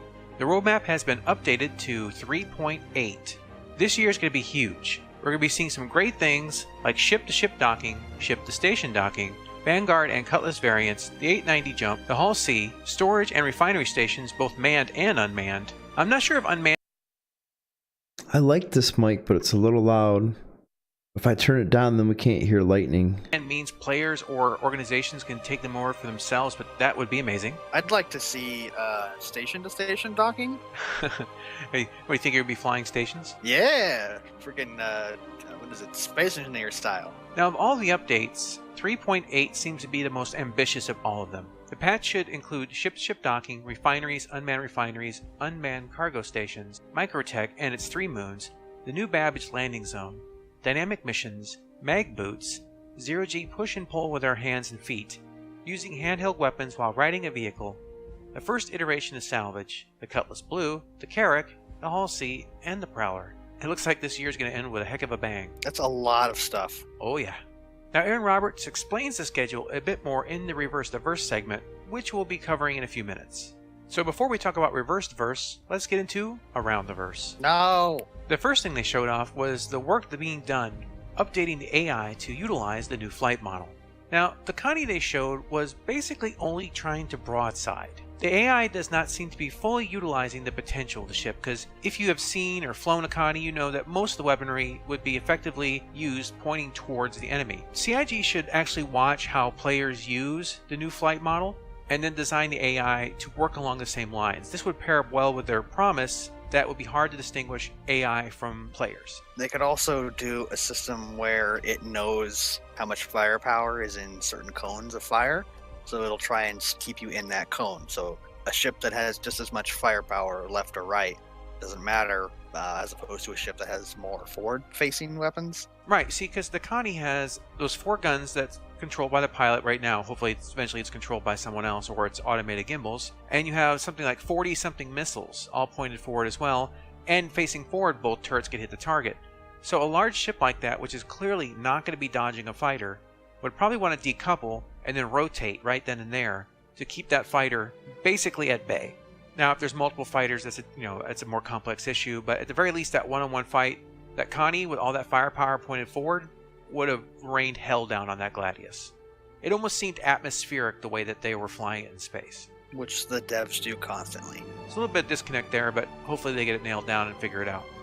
They're on their way to fixing it, so I kind of forgive them for doing it, but I still groan every time I see them flying or acting like it's a World War II dogfighter, because it's not. It's space. That's fine if you're on a planet that has atmosphere, because if it's just like the moon, right? There's really not an atmosphere on the moon. You don't fly like a plane there. Now, sounds are being updated to create a more immersive surround sound directional experience. And they gave some examples of that, and basically taking us from one environment to the next and hearing how you can listen to where thrusters are sounding, if it's on the left or the right. And if you have a stereo headset, basically you should be able to hear that difference and help also identify and locate exactly what's happening on your ship at any given time. You know what I have? A stereo headset? Yeah, I have a stereo headset. It's kind of crazy sometimes. Yeah, I don't think many people buy mono headsets these days. I don't see that being a big seller. I think it's supposed to be like a 5.1 equivalent headset, so I can get like behind me sound, and so when that happens in games, it's like whoa, because it's kind of cool. Yeah, I have the same thing. Now, the major focus of 2019 is about polishing existing features and bringing them up to a AAA level status. Now, this means smoothing out animations, how the AI works, cover, picking things up and putting things down smoothly, but no pops. Like right now, when you pick up a box or put it down, it does animate, but then that last few inches or feet or whatever, it just teleports right over there. And they're trying to eliminate that completely, so everything has a very smooth movement. The same thing goes with ship entrances and exits. They want to make sure that all the parts that need to move smoothly, the pilot gets in quickly and smoothly, and everything just kind of lines up and looks completely professional and fluid. I hope that we have fast enter and exit animations as well. Well, the animations they showed looked a lot faster. Yeah, because I mean, if you're just like going to your cargo ship or whatever, right, and you lower the ramp, you kind of walking at your own leisure. But if you're trying to get into like a fighter, especially if it's like on a carrier, you're not going to leisurely climb up the thing, stop, look at your watch. Oh my, it's almost lunchtime. I hope I'm back by the time it's food's ready, and then you get in. And I mean, it's fine for demonstration purposes, but. Yeah, well, they said a while ago that's what they were working on. So it looks like it's getting really close to being where they want it to be. Yeah, I would hope that there'd be like a double tap, like you walk up and get rid of the context-sensitive menu because I hate it. But, who knows what they'll do? But like a double tap of F means get in fast, as opposed to a single F. Like if you're not in a hurry, you just get in as whatever leads you. Or you hold shift like run, as you're hitting it, and that doesn't. Yeah, or that. Some context. They also showed off some American Sign Language that's being put into the game through motion capture. I really like this idea. It's nice to see that people with hearing issues will be able to communicate, and I hope it puts subtitles underneath it for those of us who don't actually understand what that means. I was talking to someone on our Discord, and they had said that, and I don't know the name of the game, and I do apologize for having forgotten it, but there's one actually where if you speak, it converts it into text, and I wonder if they would approach it that way too. I only know a couple of the sign language things, just some of the things that get repeated a lot in shows and television. Yeah. Some are more known than others, but if you have a friend who he can't hear you and you could just basically speak and it would turn it into text for him, that would be great too. So let's talk about Reverse the Verse a little bit. This was a 2-part show. The first part of the show was an interview with Aaron Roberts, always fascinating, and the second part was an interview with developers taking questions from the viewers. So let's start with Aaron Roberts. Part of the discussion was about the roadmap for 2019 and why things are listed as they are. Now, since the focus is currently on Squadron 42, some features in the Persistent universe will get pushed back. Now, I'd imagine that once Squadron 42 gets done, there'll be a massive acceleration in the Persistent universe. And I agree with this approach due to the fact that Squadron 42 is not only the core pledged item, but it will advertise the PU and bring more players into the game. Now, the game is taking way longer to finish due to the scope and scale. The game that was pitched was massively smaller than the game we have right now. Now, due to needing to build all the underlying tech, which was a large reason for many of these delays, speed in development is wrapping up with each toolset that's created. A few years back, they told us that all levels in Squadron 42 were in a gray box state. Due to them being reworked with the new tech, they decided to rework those levels and bring up their quality standards. Now, Aaron stated that both Chris and himself, they're not willing to release Squadron 42 until they're happy with it, because this actually might be the last game that they work on. And I agree. For a while I've said that this is Chris Roberts' magnum opus, and so I say go for it. Embarrass the haters. Go for it. Now, as far as the content in the Persistent universe for 2019, they're key on new locations, creating more detail on the planets we have, like tunnels and places to visit such as way stations, new flight model. The flight model, they said, is actually something that's a little bit simpler on the side of processing, so it should actually run faster, female characters, deep character customization, and improved AI that's going to be what you find in Squadron 42. As far as the roadmap goes, what they're going to be doing from now on with the roadmap, at least as far as Aaron was describing it, is they want to say low and aim high. So what we have listed right now, even though it seems ambitious, what they're doing is listing what they believe is the bare minimum that they can get done. And they may add new things onto each particular build as they finish. But for right now, they're just giving us the bare dirt floor. And frankly, if you've ever done sales or anything like that, you know it's always better to promise low and deliver high. You end up with a much happier customer, and I think it's a smart move.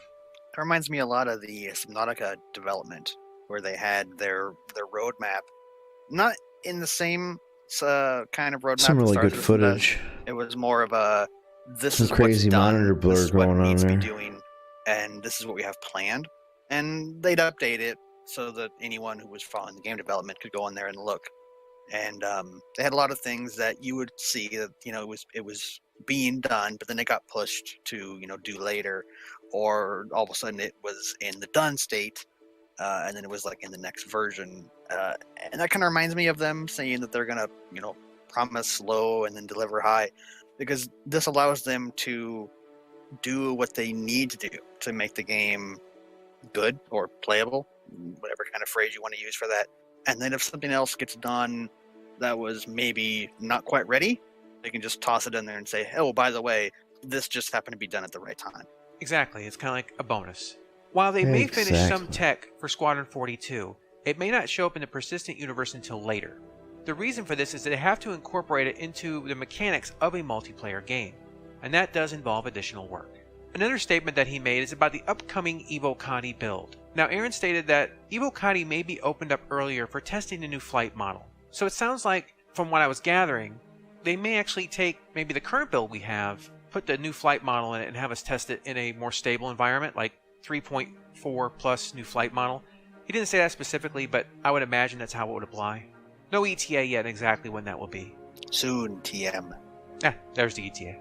Mr. Roberts talked a bit about server meshing, and it's going to give CIG the ability to put everybody in one instance.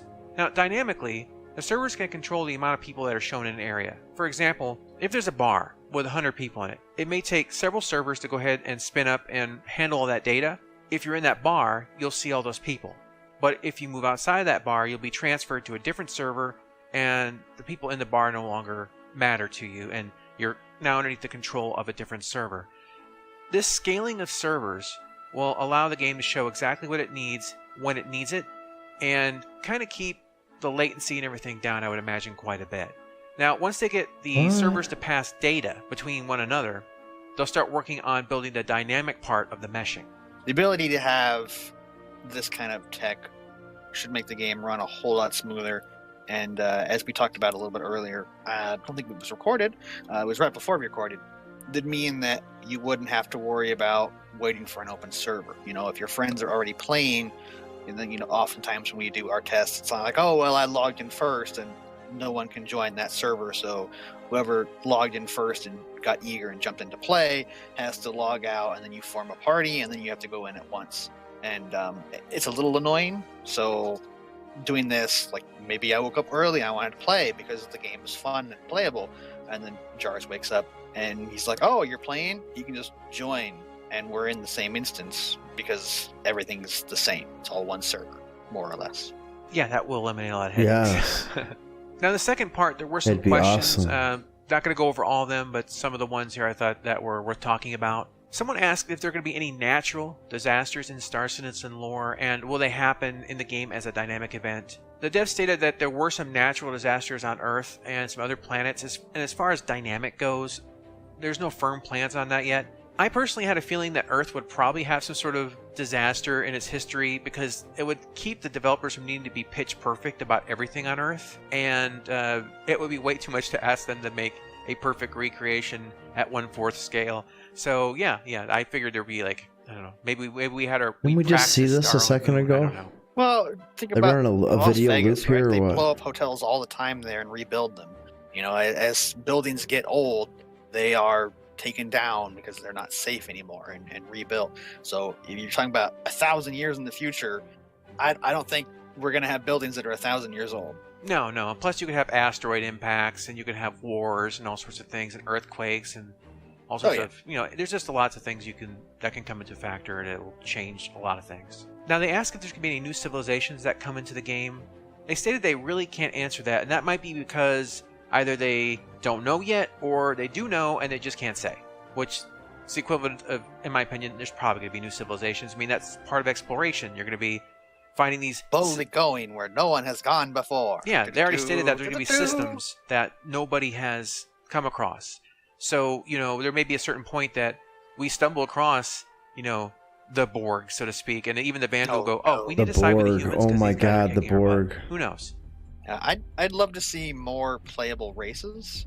I've been watching a bunch of Mass Effect stuff recently, and it really kind of makes me miss that game in some of its glory and obviously some of its flaws. It had a very interesting world, and a lot of the races were very well written and developed. And Star Citizen kind of doesn't have that yet, but I hope we'll get there.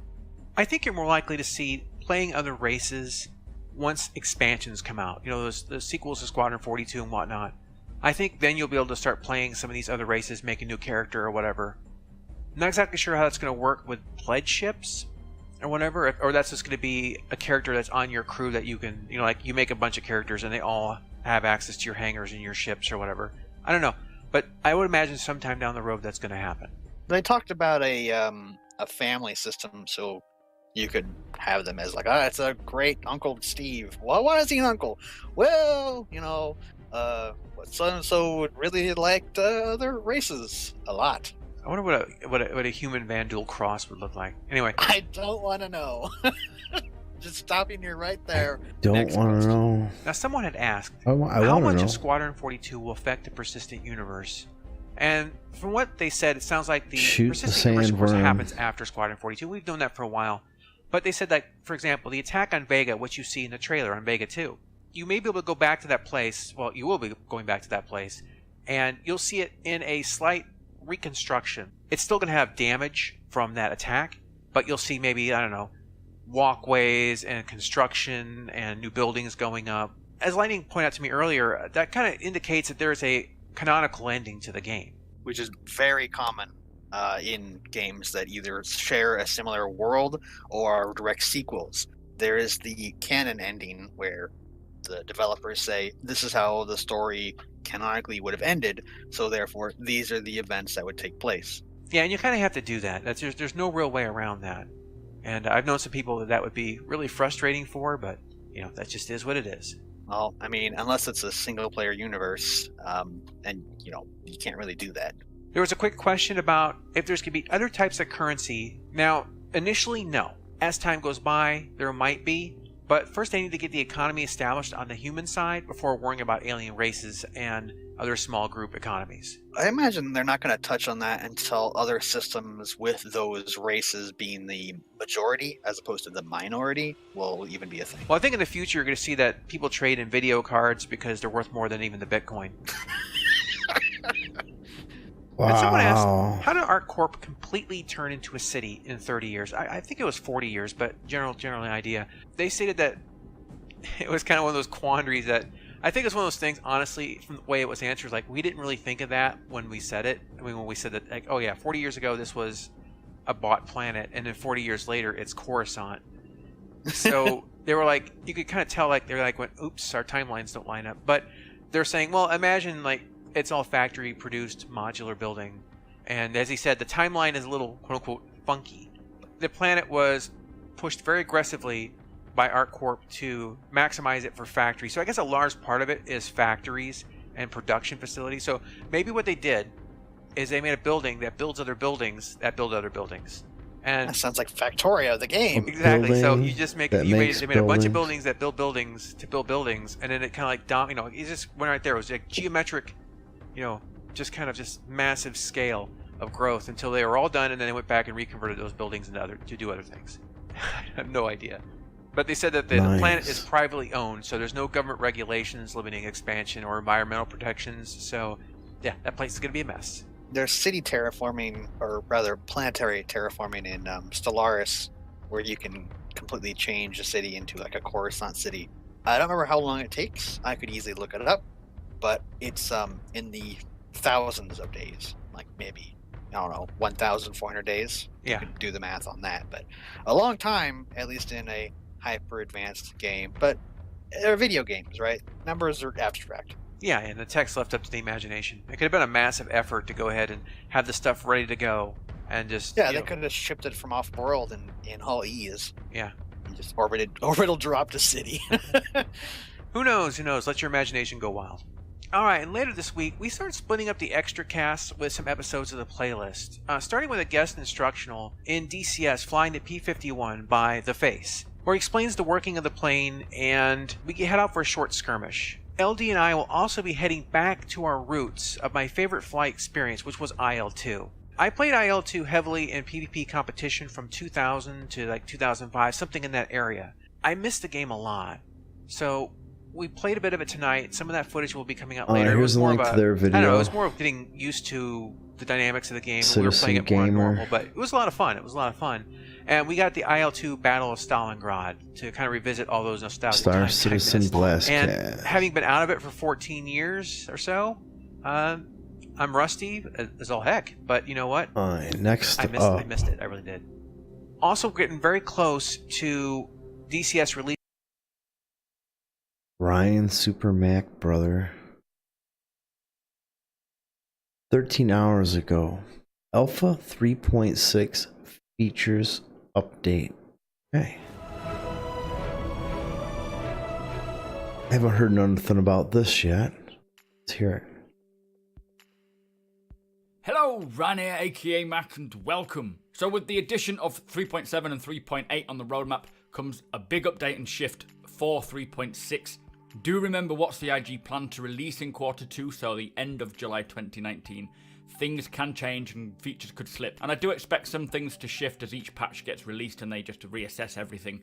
But with that said, there's a lot of new features coming now for 3.6, so let's get on with it. In characters, we have glass visor and hood improvements. This is just an overhaul to the visor and helmet hoods, providing a more intuitive and immersive experience. For locations, they have rest stop, space station, exterior variations. This is expanding the size and diversity of the exterior components of the rest stops, along with thematic variations. In AI, we have NPC improvements for the bartender. This is improving the bartender NPC and expanding on his behaviors. Also, we have civilians as well, so this is the same thing as above, but instead of the bartender, it's for general civilians. FPS cover usage version 1. So the AI strategically using dynamic cover and reacting to environmental changes. Ship AI 3D pathfinding version 2. This is adding the ability for AI spaceships to effectively navigate the space using physics grids. For gameplay, we have system misfires. So this is at 7 out of 16 tasks already. Basically adding momentary misfire events which cause items to cease working or perform unexpectedly. Also, overheated and degraded items will have a higher chance of misfiring. Transit Systems version 2. This is improving the system that allows players to transfer between various map sections such as doors, elevators and airlocks. Player Carryables version 2, so developing the look, feel and depth of player item handling. Also creating a carryable tool, I would assume, for bigger cargo boxes, and setting up key carryable items like helmets, and setting up the dynamic grip so that players can hold several types of objects. We have seen this recently, or a little while back, where they can hold different sizes and multiple hands and so forth. Bounty hunting NPC improvements, we've seen this already. This is from 3.5. Weapon attachments, this is new, so adding the option for scopes, grips and hopefully more. We've heard about barrel attachments as well. Black market economy, so security forces will search for stolen or illicit goods and respond appropriately, while shops and NPCs will distinguish the difference between legitimate and stolen goods. That's very exciting. Also, something exciting that's new for gameplay is ship rentals. So instead of having to earn loads of cash to buy ships in game, we will be able to rent ships from select shops for a limited period of time. Player free look, this is from Squadron 42, so players can look away from where their weapon is aiming, giving a little more situational awareness. Ragdoll improvements, giving more appropriate reactions to all situations, like 0G for example, when you get exploded or you die. Player Jump version 2, improving the look and feel of the current jump mechanic. And finally for gameplay, Ship System Degradation Improvements version 2. So just improving degradation gameplay like the misfires we saw earlier. The misfire rates to the amount of wear on an item, and this includes visualizing the wear and degradation on items. Now for ships and vehicles, the 890 jump is at 26 out of 101. Last week that was at 7 out of 133, so they've made some great progress on there and culled a lot of the tasks as well needed. They've also added the P-52 Merlin and P-72 Archimedes, plus the Vanguard Warden is getting updated as well for 3.6. That is at 3 out of 14. We did see a bit of that on the RTV ship shape from last year, so if you do want to see more on that, I suggest watching that video. For weapons and items, we have the Apocalypse Arms Animus missile launcher. I believe that will be handheld. Also the Bearing S38 pistol, that's a new weapon, and the Maxox neutron repeaters. This is at 1 out of 12, that's a ship weapon as well. So for core tech, we have harvestable entity spawning. Now this is new. This is creating the underlying tech to allow for an automated system to enable spawning of harvestable entities on planets, moons, and asteroid fields.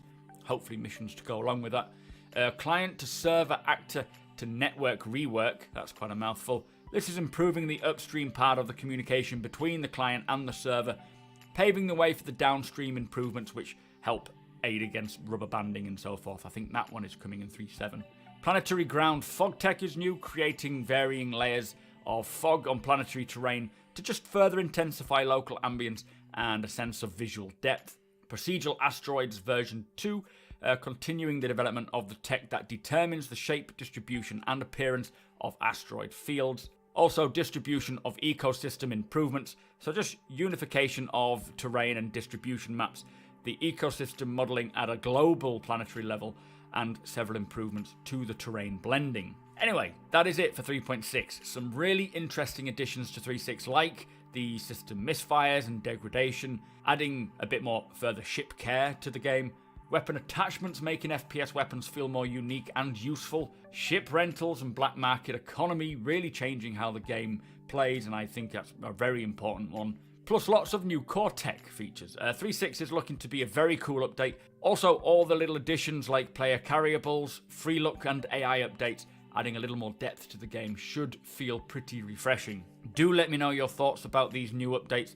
As mentioned before, I still have 3.7 and 3.8 patches videos to come, so be sure to hit subscribe so you get to see what's coming later on in the year. Follow me over on twitch.tv/SuperMapBrothersRyan as we delve further into the roadmap and play some Star Citizen together. Also, big shout out to my Patreons. Thank you so much for your support, guys. It means the world. If you do want to support my channel and you enjoy my videos, do hit the link to my Patreon page below. Thank you for watching, and I shall see you next time.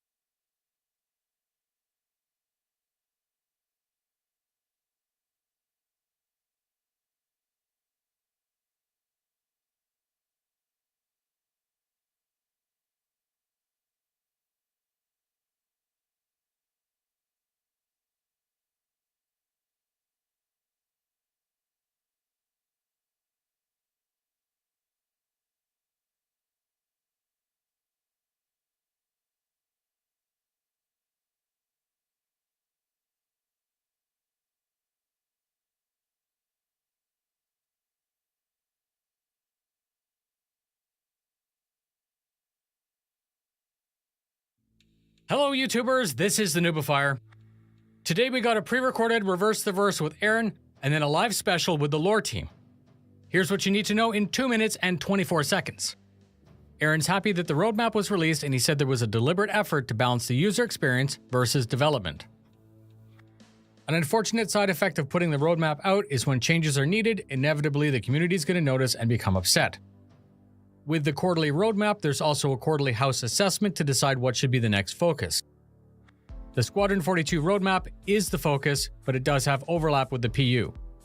Dev time focus can be taken away from PU and added to Squadron. However, any progress that's made to Squadron will eventually end up in the PU. This won't come as a surprise, but Aaron confirmed years ago that they did a full focus on the back-end tools. Working on the tools was required to be able to ramp up and complete the game. These tools were needed for Squadron 42 and the Persistent Universe. Aaron also confirmed that originally it was announced that Squadron 42 was complete in Greybox, and when the roadmap came out, it showed that it wasn't. That wasn't a lie, because all of it was done, but it needed to be adjusted to a new standard. The 2019 PU roadmap is going to have tunnels, server meshing, the flight model, texture details, ships, mission givers, improved AI, and tonk races. I can't tell if that was a joke or not, but let's hope. Then we switch to live over to lore. There are natural disasters and events woven into the historical backstory of Star Citizen. There are plans to add dynamic events to the universe after launch. The Vanduul are our main enemy, but they aren't the only threat. Human pirates and other players are always going to keep you on your toes. There are no firm plans, but obviously adding new systems is possible. They don't want to say for sure because it's supposed to be a surprise. Your time in Squadron 42 is going to have passover to the PU. Places that you see in your single-player campaign do exist in the Persistent Universe. For right now, AUEC is the standard currency, but we may have others added in the future. The Galactopedia is updated frequently as publications like Jump Point flesh out some new information. Stanton's 30-year build cycle was confirmed as being correct because of the type of industry that's present there. They want to integrate player org lore into the universe, but it's very difficult as it's very early development. There's no plans for a universal translator like on Star Trek. Xi'ans have pets too. Banu eat their pets. UEE cap ships are named after systems. And Sadabal, yes, but no date. There you go. Fly safe, and I'll see you in the verse.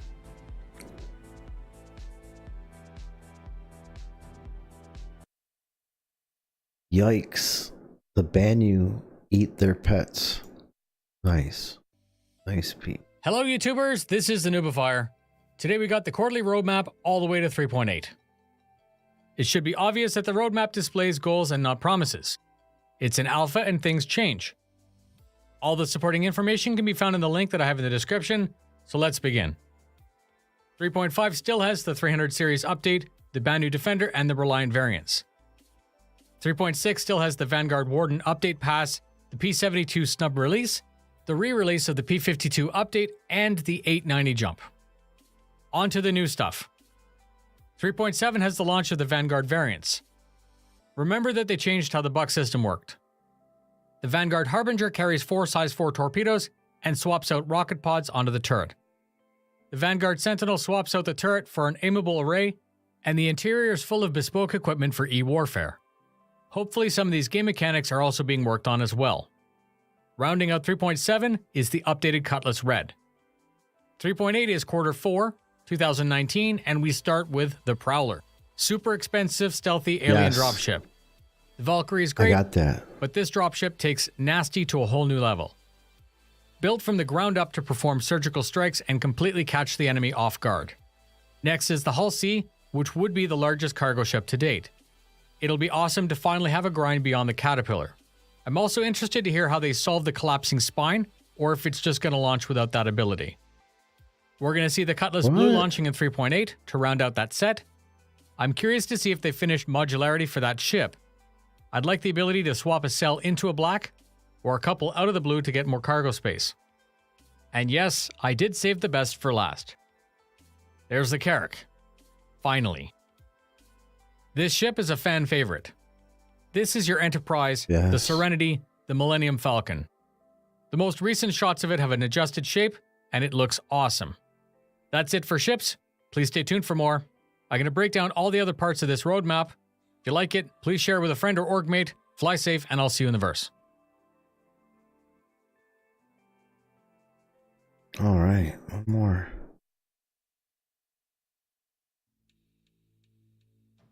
Hello, YouTubers! I'm back! Yesterday, we got the new quarterly roadmap all the way to 3.8. It was taken down after people noticed that a bunch of stuff was missing. It was updated and then put back again, so let's take a look at the locations between now and 2020. It's alpha and things are going to change. All the supporting information can be found in the link that I have in the description for you. Let's begin. 3.5 is still Arcorp Planet, its 2 moons, plus Area 18 landing zone, which was said to be larger than Hurston. This planet-sized city is going to have restricted flight zones. However, in the future, we can expect that tall buildings are going to have landing pads and fleshed-out interiors. 3.6 is slated to add more variations to our rest stops. On to the new stuff. 3.7 launches the cargo depot. This is in preparation for the release of massive ships like the Hull C. This giant location is meant purely for trading commodities, but I would also expect it to have the basics like bars, shops, and possibly fuel or repairs. Building on the exterior variations that we got in 3.6, 3.7 adds interior variations. This is to ensure that we never have deja vu. Our rest stops are going to have physical changes like walls in different places, or something simple like posters and branding. And rounding out 3.7, the abandoned service station. These are minimum manned service stations well off the beaten path. Perhaps you might find a unique shop item or just to top up. 3.8 is Q4 2019, and we start with a big one. Microtech and its 3 moons, plus New Babbage, which is its main landing zone. By this time, if these features are added on time, I feel that the persistent universe is going to start to give us a real sense of the final product. Once server meshing is added, the player cap's going to jump, the NPC AI should have a more polished feel, and we'd start 2020 ready for more game mechanics. We round out 3.8 with refinery stations to prepare for augmented mining gameplay and basic crafting. This brand new refinery and the original cargo stations are also going to have less manned, unoccupied versions similar to the minimum manned rest stop. And that's it. Please stay tuned for more. I'm going to break down the other new parts of this roadmap. If you liked it, please share with your friends or org mates. Fly safe, and I'll see you in the verse. All right. Awesome stuff.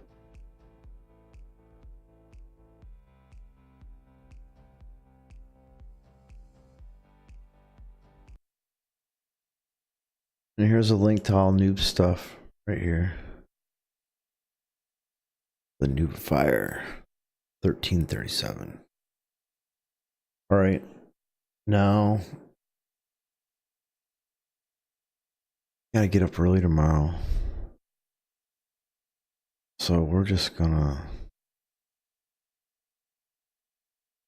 Guess Ryan's the only one here. Ryan's playing Path of Exiles. We'll go check Ryan out.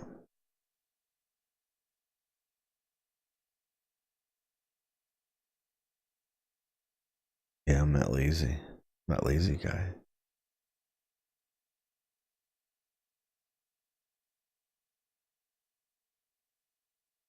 Alright, we're gonna raid him. Mr. What the Fuckosaurus. See what he's doing. I cannot carry this. What are these? Giant's Bane. Oh, he's pretty loud. Alright, guys. See you tomorrow night. For more news and gameplay. Gameplay tomorrow because we won't have that much news. Alright. See you guys. Those are actually worth something.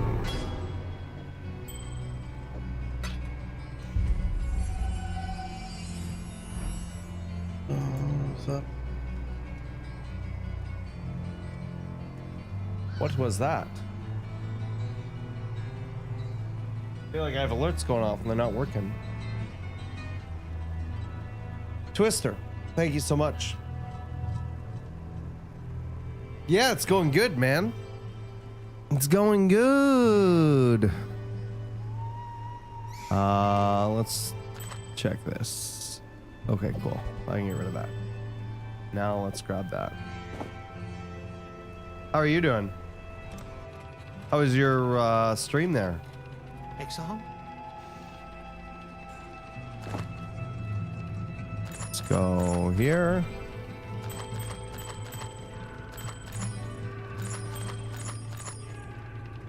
First off, let's get rid of those. Those I'm gonna hold on to.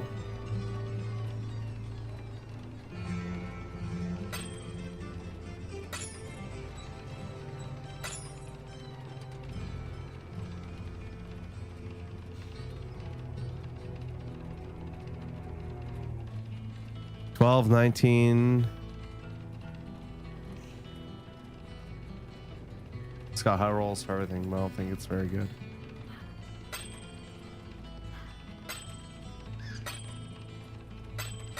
Really should just stop picking these up. I'm just gonna end up vendoring them all. That I'm gonna keep.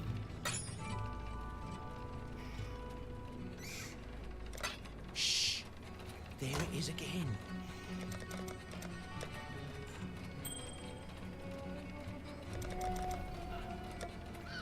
Maps. There we go. You're doing good. Stream is good. Went over the Star Citizen video. Look at the pipeline for the year. Right on.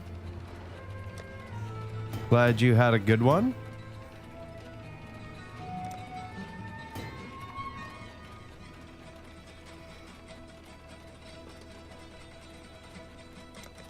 Okay, let's go. Gems. That can be sold. That can be sold.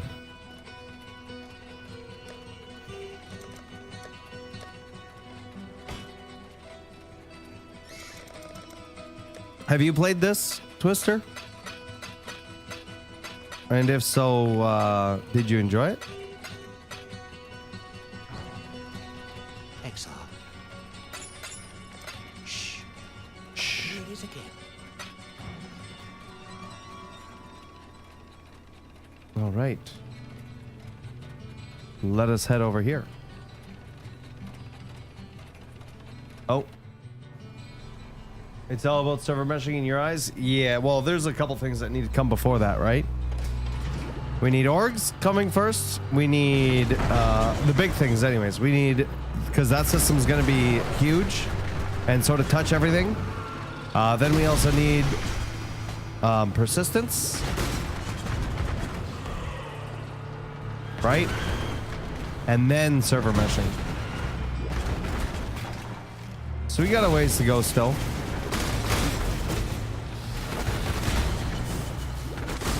But I agree, server meshing is important.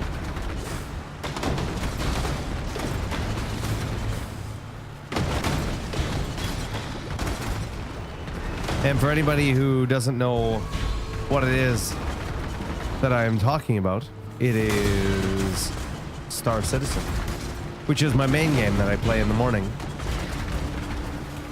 Well, during the day.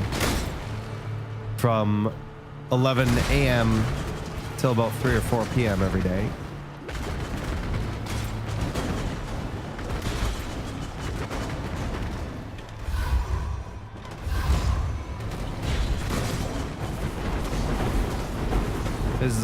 This is a wolf one?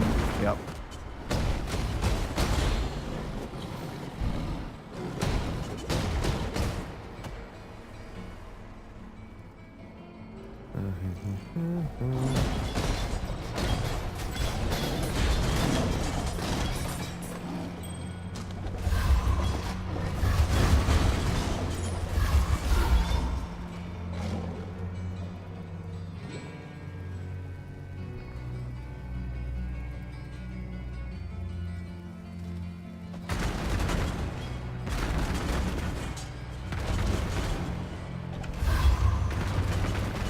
You're working on a retro old school arcade?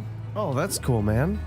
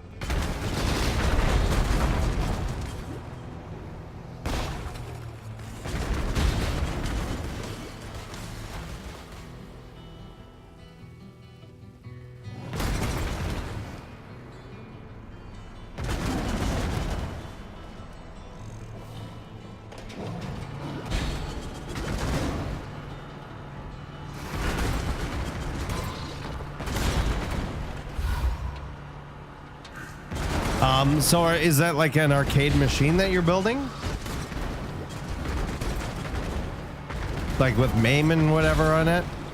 I want to build an arcade machine. I've wanted to build one for a long time.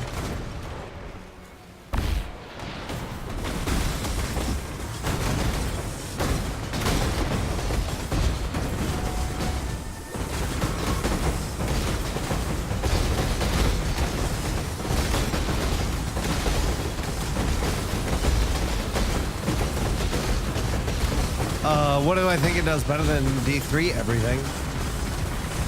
It feels like a better successor to D2, just the end game is really good.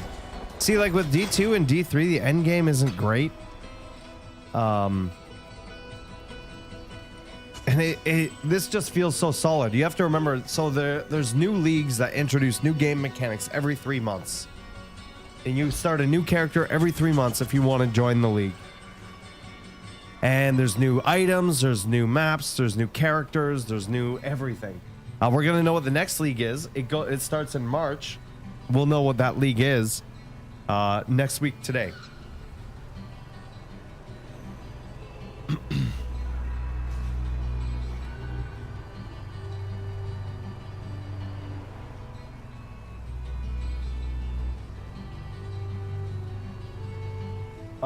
But no, there's not. I basically use 1, 2, 3 skill buttons, and then QWERTY and 1 through 5 for my flasks.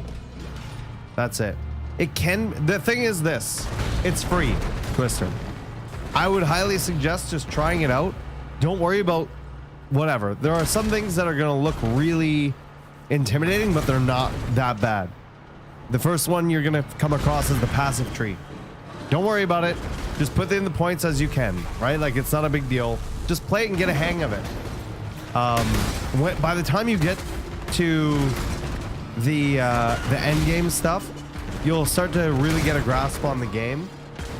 And we have a really solid community of people that really do enjoy the game, that have been really helpful to me and with the community overall. We have a whole section in Discord.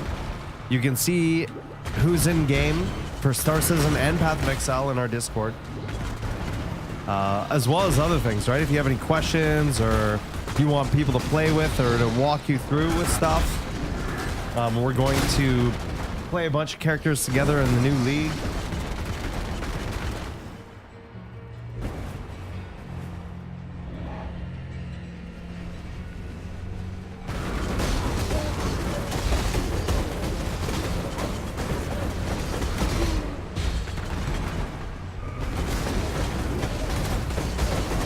And once again, the game's free to play. It has an awesome free to play model, I feel, where you don't need to spend any money if you don't want to. But you can do things like upgrade your stash and whatever. None of it affects your points or anything like that at all.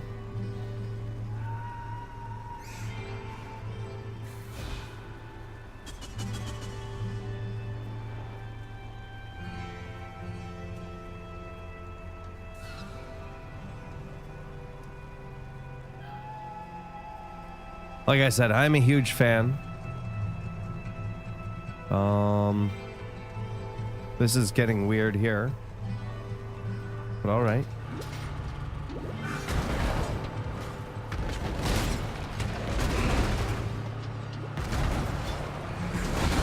But it's not bad at all, man. It's not bad at all. If you get any free time, download it, check it out.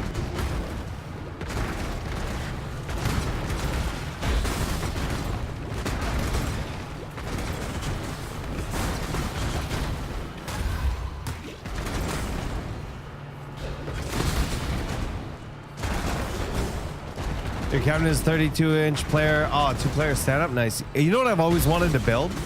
Is one of those enclosed sit-down cabinets for like racing or like Star Citizen.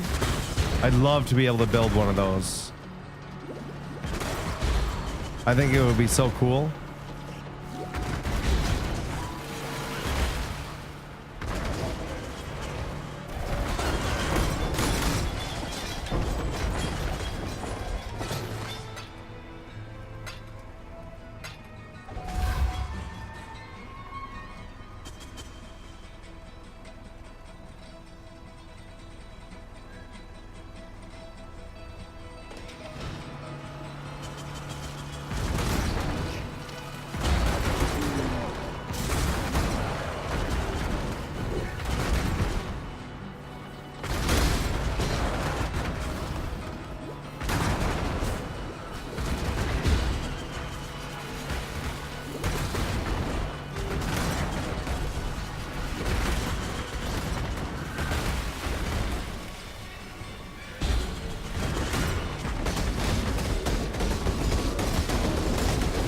Here come the bursts.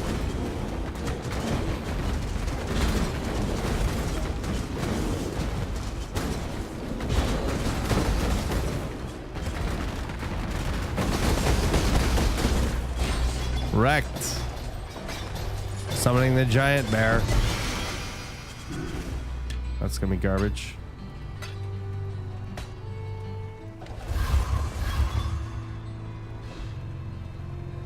The cabinet was 600 and then the laptop. Yeah, I mean, you could run it off of an old laptop too, right? You don't need anything crazy. I can't afford any of these. Okay, let's go back up.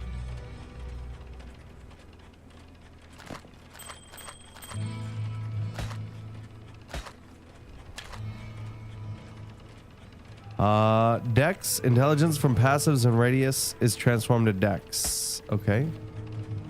Increase attack speed with axes. Is this worth anything?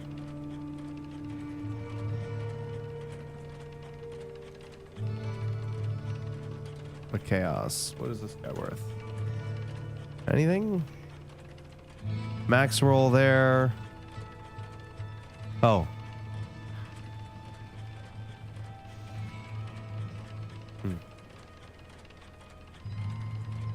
One chaos, that's trash.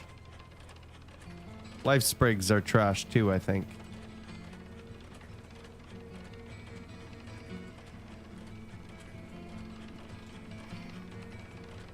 Yeah, I have a lot of that stuff kicking around. To be honest.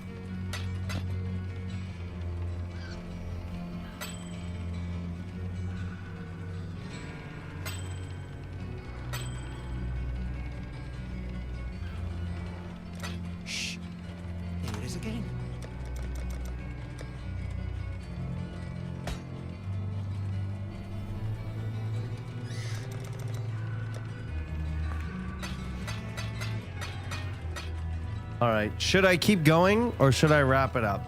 I normally go till 12. It's 12:22, but I'm really enjoying it. Let me see.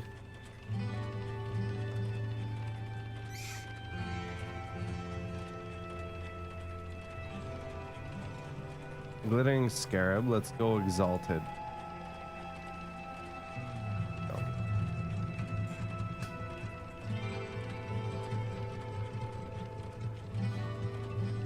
4 for 1. Okay, what if we go... Oh, that's not what I wanted to do. What if I go... Sulfite?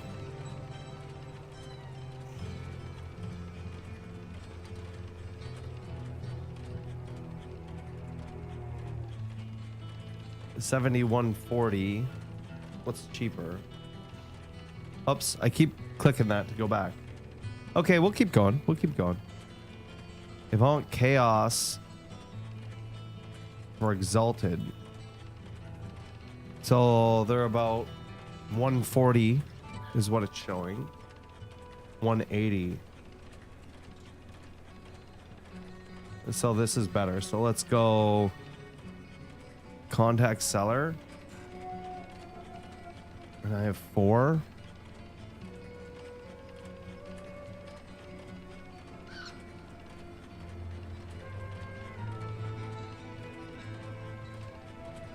Sure.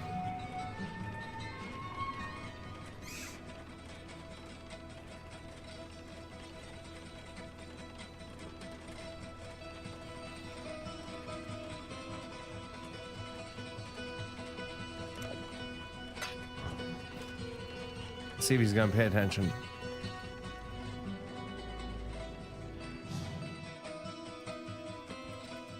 Is he paying attention?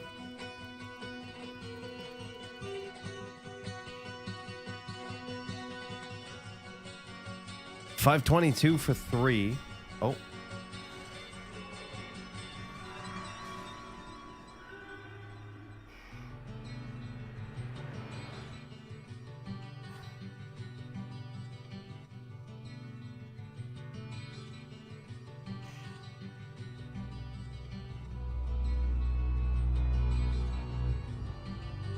180.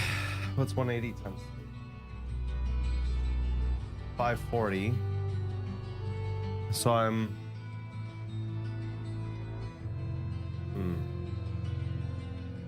Sure.